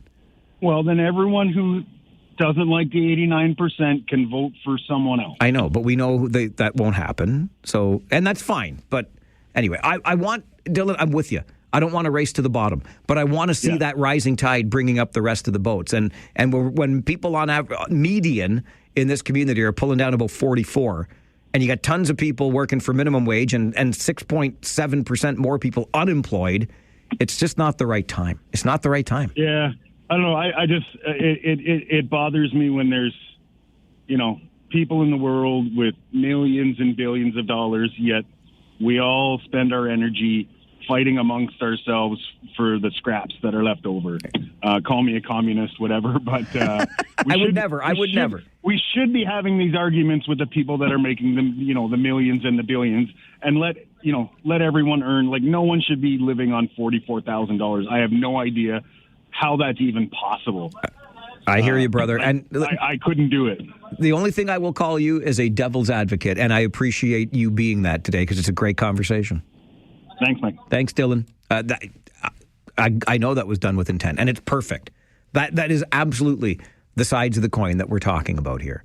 And the reason that we get as fired up as we do over these quote-unquote scraps is because these are the scraps that we can see. I don't know any of the millionaires and billionaires that are currently sitting on local councils. So for us, this is the real stuff. This is the in our backyard stuff. Great conversation. And Dylan makes a number of very good points. I hope he runs for council. I really do. This is the Mike Farwell Show. Free Phones Friday continues on 570 News Radio. Shaka Khan, let me rock it, Shaka Khan. Let me rock it, that's all I wanna do. Shaka Khan, let me rock it, Shaka Khan. Let me really got a feel for you. Shaka Khan, what you tell me what you wanna do? Do you feel for me the way I feel for you? Shaka Khan, let me tell you what I wanna do. I wanna love you, wanna hug you, wanna squeeze you too. And let me take it in my arms, let me feel you with my charm, Shaka. Cause you know that I'm the one to keep you warm, Shaka. I make it more than just a physical dream. I wanna rock you, Shaka, baby, cause you make me wanna scream. Let me rock it, rock it.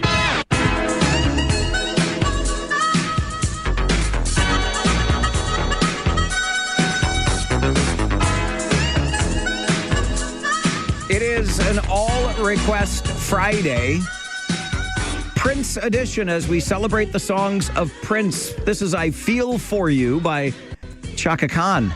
Maria wanted to hear it because it's written by Prince. Well done by you, Maria. Farwell's Force member number 332. Thanks for the request. It's been a great day of requests on the show. And I'm just thinking back on Dylan's call. Excellent conversation. Glad somebody played the other side of it because I always get to share my side as passionately as I want to on the show. I will take this opportunity to issue again my appeal to the councillors that voted in favor of the 89% increase for committee chairs. Councillors Redmond, James, Rodriguez, Craig, Liggett, Shantz, Gowing, McCabe, Wolf, Hunink, and Nowak. It's never too late to change your mind. Just bring a new motion forward next week take that 89% off the table. Consultant recommended 3%. Doug, you're on Free Phones Friday. Good afternoon. Hello, Mike.